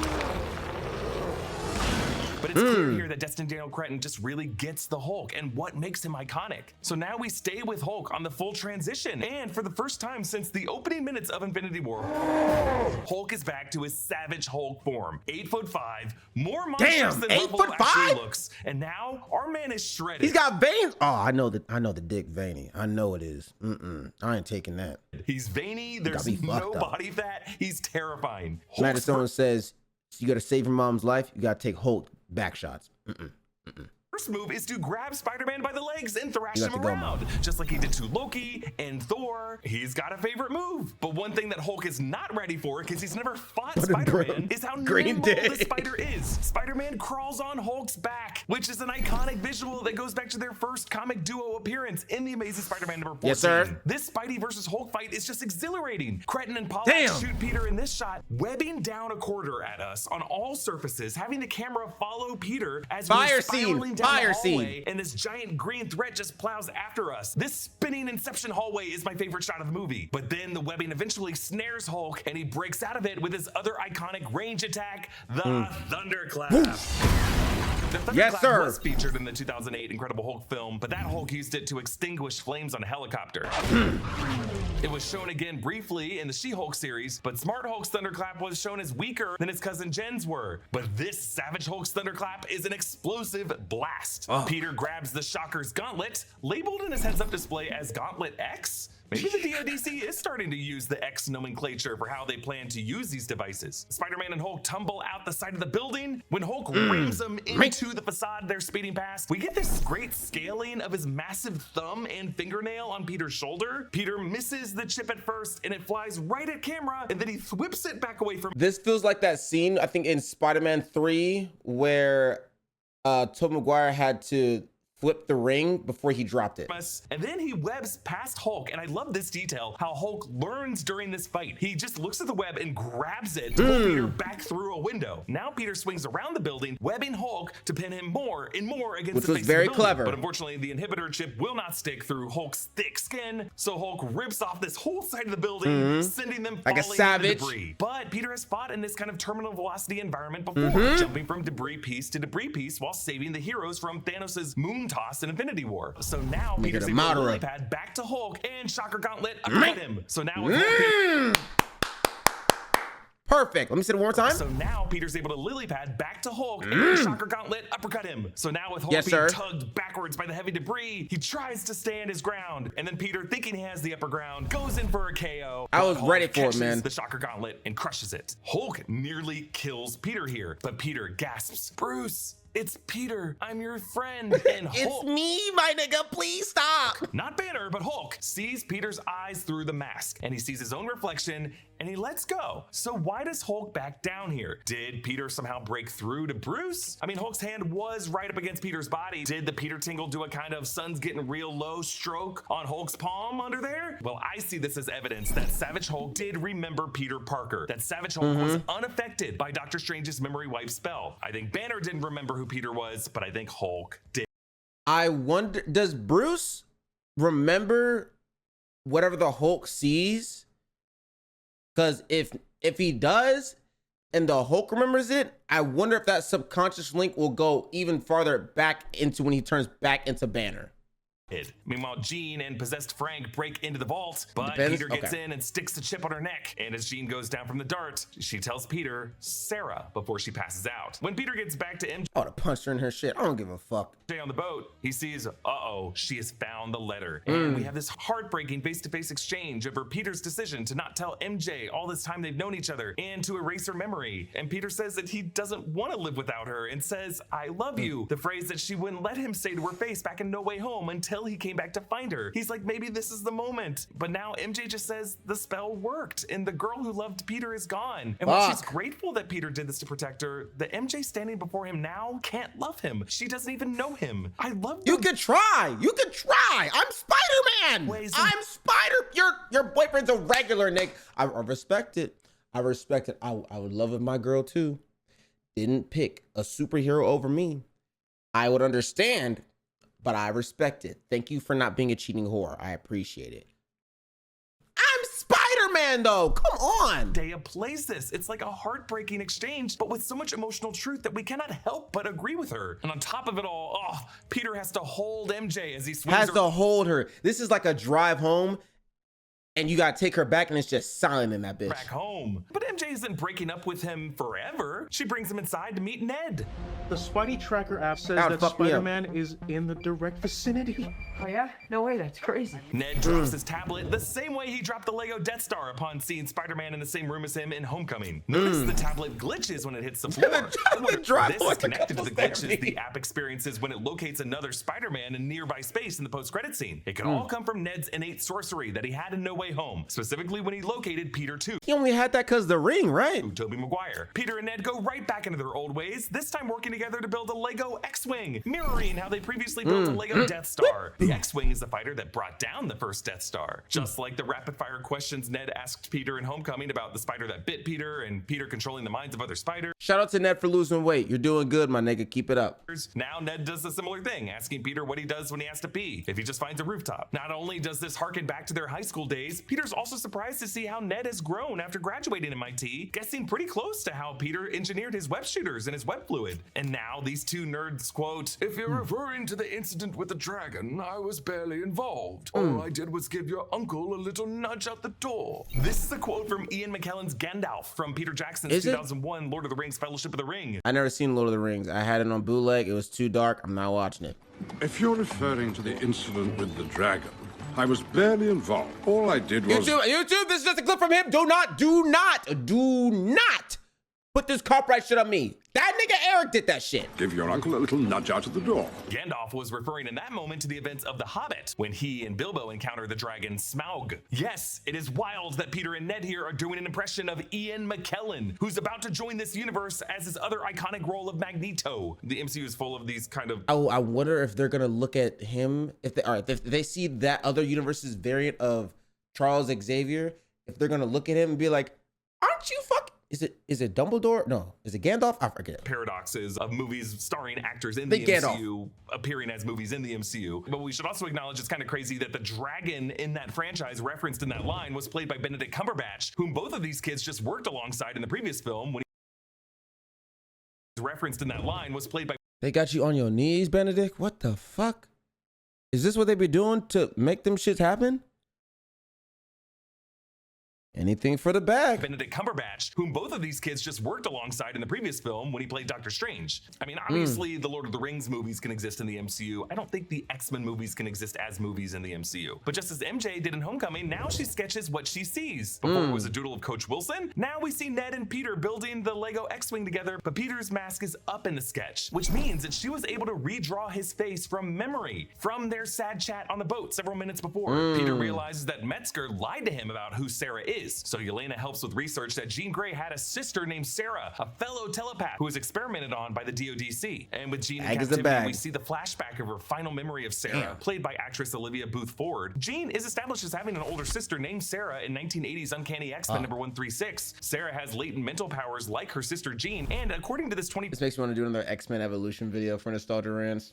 I'm just like, oh my gosh. 2014 CBR article, Chris Claremont planned that Sarah would be a mutant with the ability to activate latent powers in other mutants, as she does for her sister Jean in this movie. Here, Sarah teaches Jean to body hop, and they talk about how a mother gave them up when their telepathic powers began to express themselves. Jean asks, "What would you do if you had daughters like us?" And Sarah responds, "I'd love them, especially the redhead." Someday in the future, Jean will have at least one daughter, Rachel Summers, and her clone, Madeline Pryor, will give Scott Summers a son, Nathan Summers, aka Cable, a motherhood that Jean will kind of share through cosmic memories shared through the astral plane to Madeline. Sarah has a green and yellow and blue scrunchie that Jean will later use to remember Sarah. These are the comic colors of Jean's Marvel Girl suit. Sarah gets arrested by Metzger in the DODC. It actually looks like the whole ice cream truck was in on it, because Jean, after being forced to walk away by Sarah, sees that ice cream truck slamming the door, with Sarah probably inside. Jean is now in this containment cell on Roosevelt Island. Roosevelt Island, in the middle of the East River, has some importance to Spider-Man cinematic lore. It was the Roosevelt Island Tramway in 2002 Spider-Man where that Tobey Maguire Peter...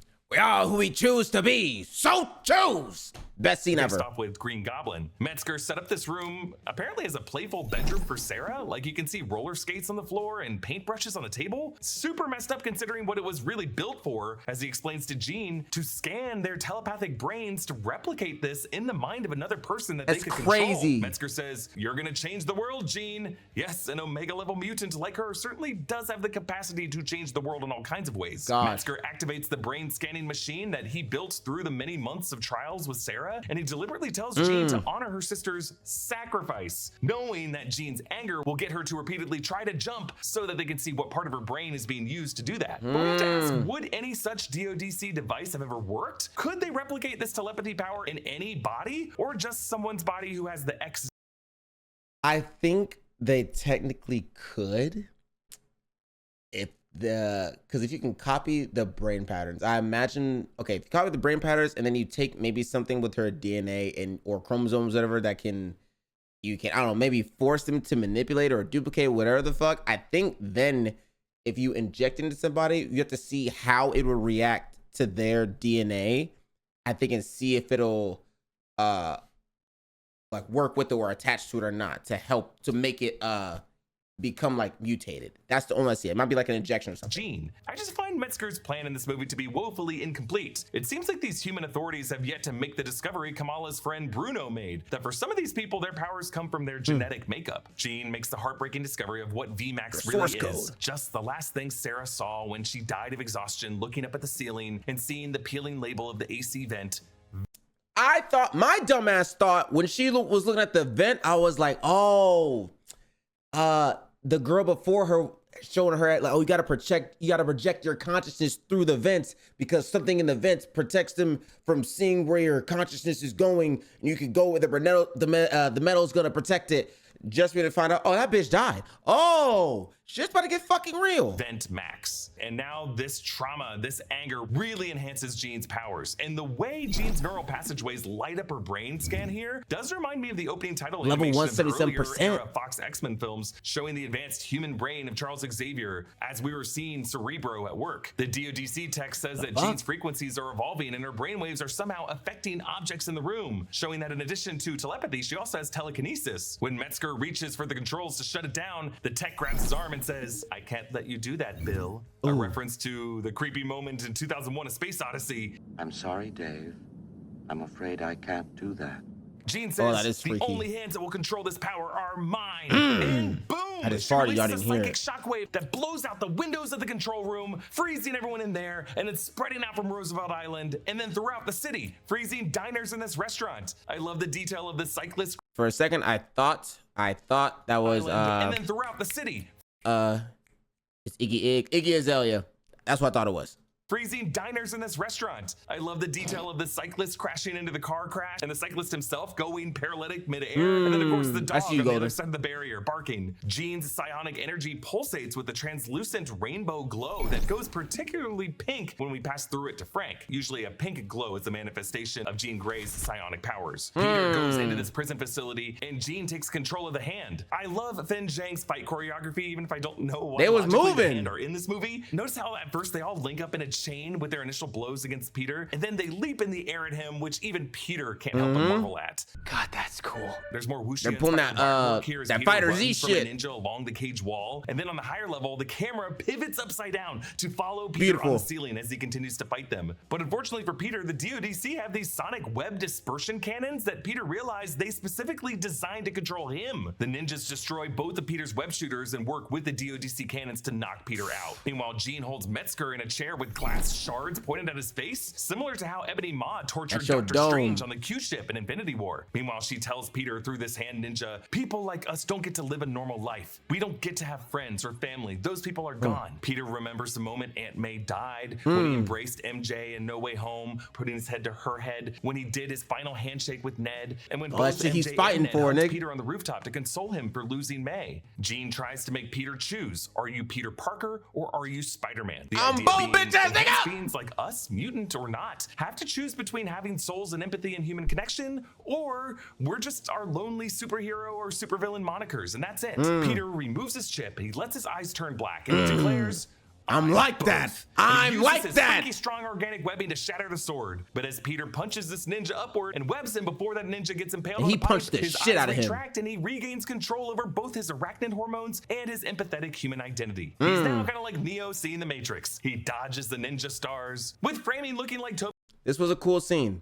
This was a very cool scene. I did fuck with this. I was like, okay, I guess this is pretty lethal. This could fuck him up, sure. Tobey Maguire when Joe Manganiello's huge arm punched past his head and he turned his head back to look at Flash's face. Our Peter's organic webbing takes out the cannons because those cannons were not calibrated for whatever this is. And yeah, I think for those weapons, they understood how Spider-Man's shit worked. I think what they did is whatever Spider-Man, you know, he flips his shit. I think they took a sample of that, figured out what the breakdown of it was, because they could have that system that could scan of what it is, found out what it is, and made a what is it called when like you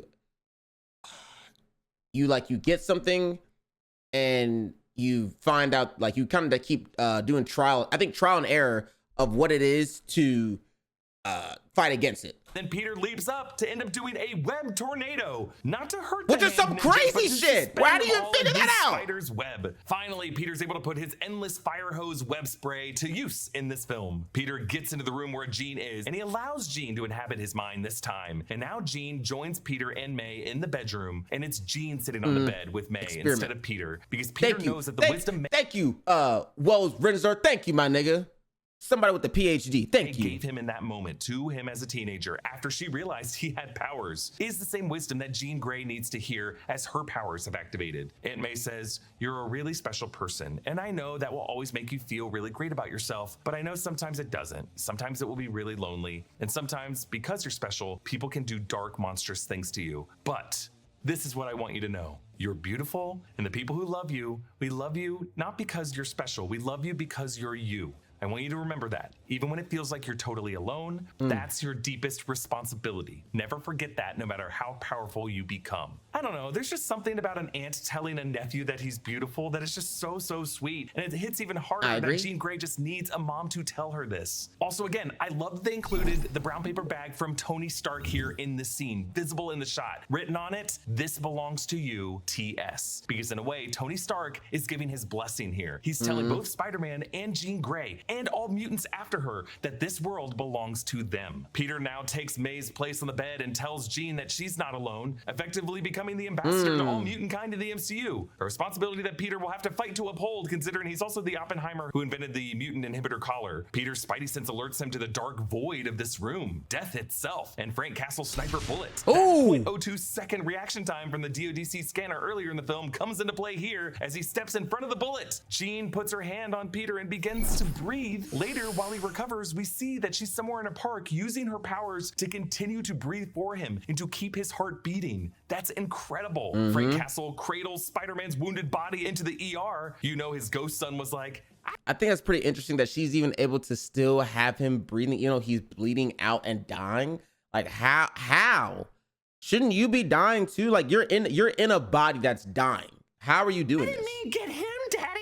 Frank holding Peter like this recalls Steve McNiven's art in 2006's Civil War #5, when Peter, after getting the Iron Spider suit and unmasking himself publicly, ends up getting beaten up by Jester and Jack-O-Lantern, and Punisher finds him and takes him into an infirmary shouting, "Give me a medic, now!" The people of New York City hold candlelight vigils, and we see the Empire State Building light up red and blue. This shot was actually recorded in March of this year, when Tom Holland appeared on the observation deck of the Empire State Building to promote the launch of the first trailer. Peter wakes up and finds MJ's drawing at his bedside with lots of other crappier kids' drawings. After an apology from Frank, Peter walks out unmasked among the crowd as Frank redirects their attention up to the window, waving, wearing the Spider-Man mask from the room, allowing Peter to just enjoy this moment. In a way, Frank also gets to experience something new, the adoration of fans. I love how Frank seems to be like crouching down with his legs spread out to look shorter in the window. One other kid in this crowd seems to recognize Peter and kind of does the webbing hand gesture to him, and Peter playfully does it back. It's kind of like Captain America Winter Soldier, when the random kid was able to see under Steve Rogers' ball gap disguise, and Steve trusted that kid to keep a secret. Now, I would like to say that this kid could be a young Miles Morales, but I can't make that case for every kid in this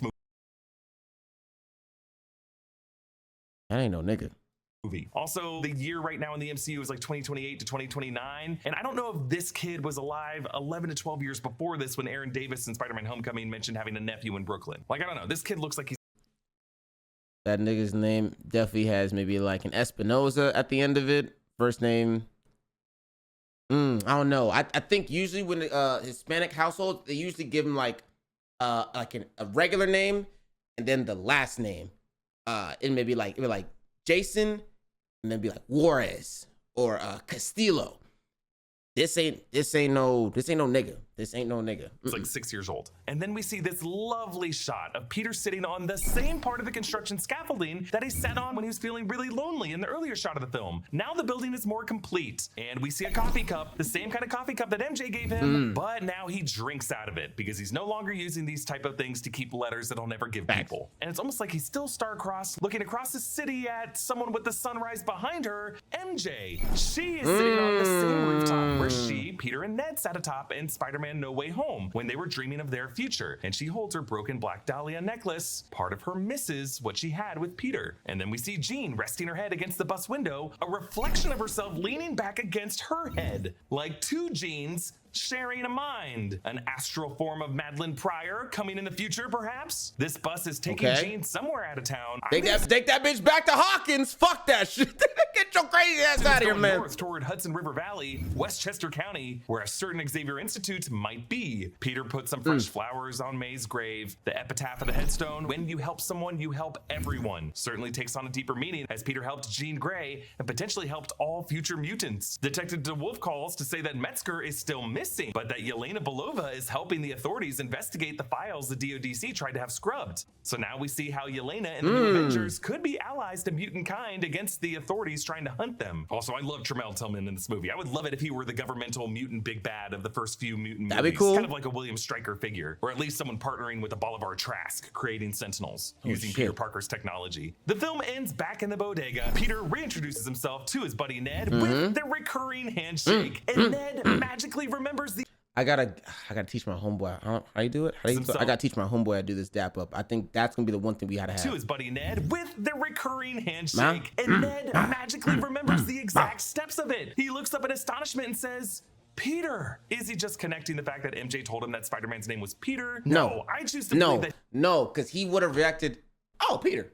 It would have just been nothing because he just met Spider-Man. He already chilled with him. He already made some Legos with him. He had a good laugh, chill with him. He would just be like, oh, Peter, what's up? He remembers everything in this moment. Could it be the simple muscle memory of a best friend? Is it the fact that Ned is a natural sorcerer who could operate a sling ring, just being somewhat resistant to Doctor Strange's spell? Or does that Doctor Strange spell just not comprehend these simple gestures of friendship? A kind of love that surpasses all types of obstacles and magic. I mean, MJ even seemed kind of envious of the natural bond that Peter and Ned shared, as if she knew that these two were really the ones who needed each other. And for how I think this final shot connects to Ned's Spidey tracker in the post-credit scene, watch our post-credit scene video. But two little details that I will add here that I did not cover in that video. This Spidey tracker app has a new emblem in the lower left, and that was not there in other shots of the Spidey tracker app throughout the film. And the second detail is we got to remember that this app works by users posting sightings. So that's what I was thinking too. I'm like, okay, so what dude is out there in the middle of space taking pictures of Spider-Man, nigga? Who's reporting really, that? This secondary Peter is a sighting in space posted by someone else. Who posted it? Was it Nick Fury from a space station, or was it posted by a Ned variant? Why would Nick even post that shit? Nick got better shit to do. Spidey tracker app on whatever variant Earth this is, just posted a sighting of whatever that Earth's Spider-Man is. Whew, I loved this movie. There you go. That's this many Easter eggs and details. We did it. I can't wait to see this movie shit, again Eric. and find even Good more shit. stuff. Comment down below with everything you loved about this movie. And a special thanks to one of our NR Underground subscribers, Michael Horwitz, for supporting us at the executive producer level. Every Monday, we do a special episode of the Monday Mailbag Show, exclusive for our supporters on Supercast. You can get access to that and all of our bonus features by going to nrunderground.supercast.com. Huge thanks to Studio Tech, Brian Kim, New Rockstars editors Joshua Stephen Hurd and Abby Friel, and the total army of editors who went to work on this video. You guys are the ones who made this video possible. Thank you so much for your hard work. Follow me at EA Boss, hit that subscribe button, and thanks to all of you for watching and supporting New Rockstars. I love you guys, 3,000 and more. See you next time. Bye. Thank you, glorious King Eric the Third. There you go. Beautiful. All right.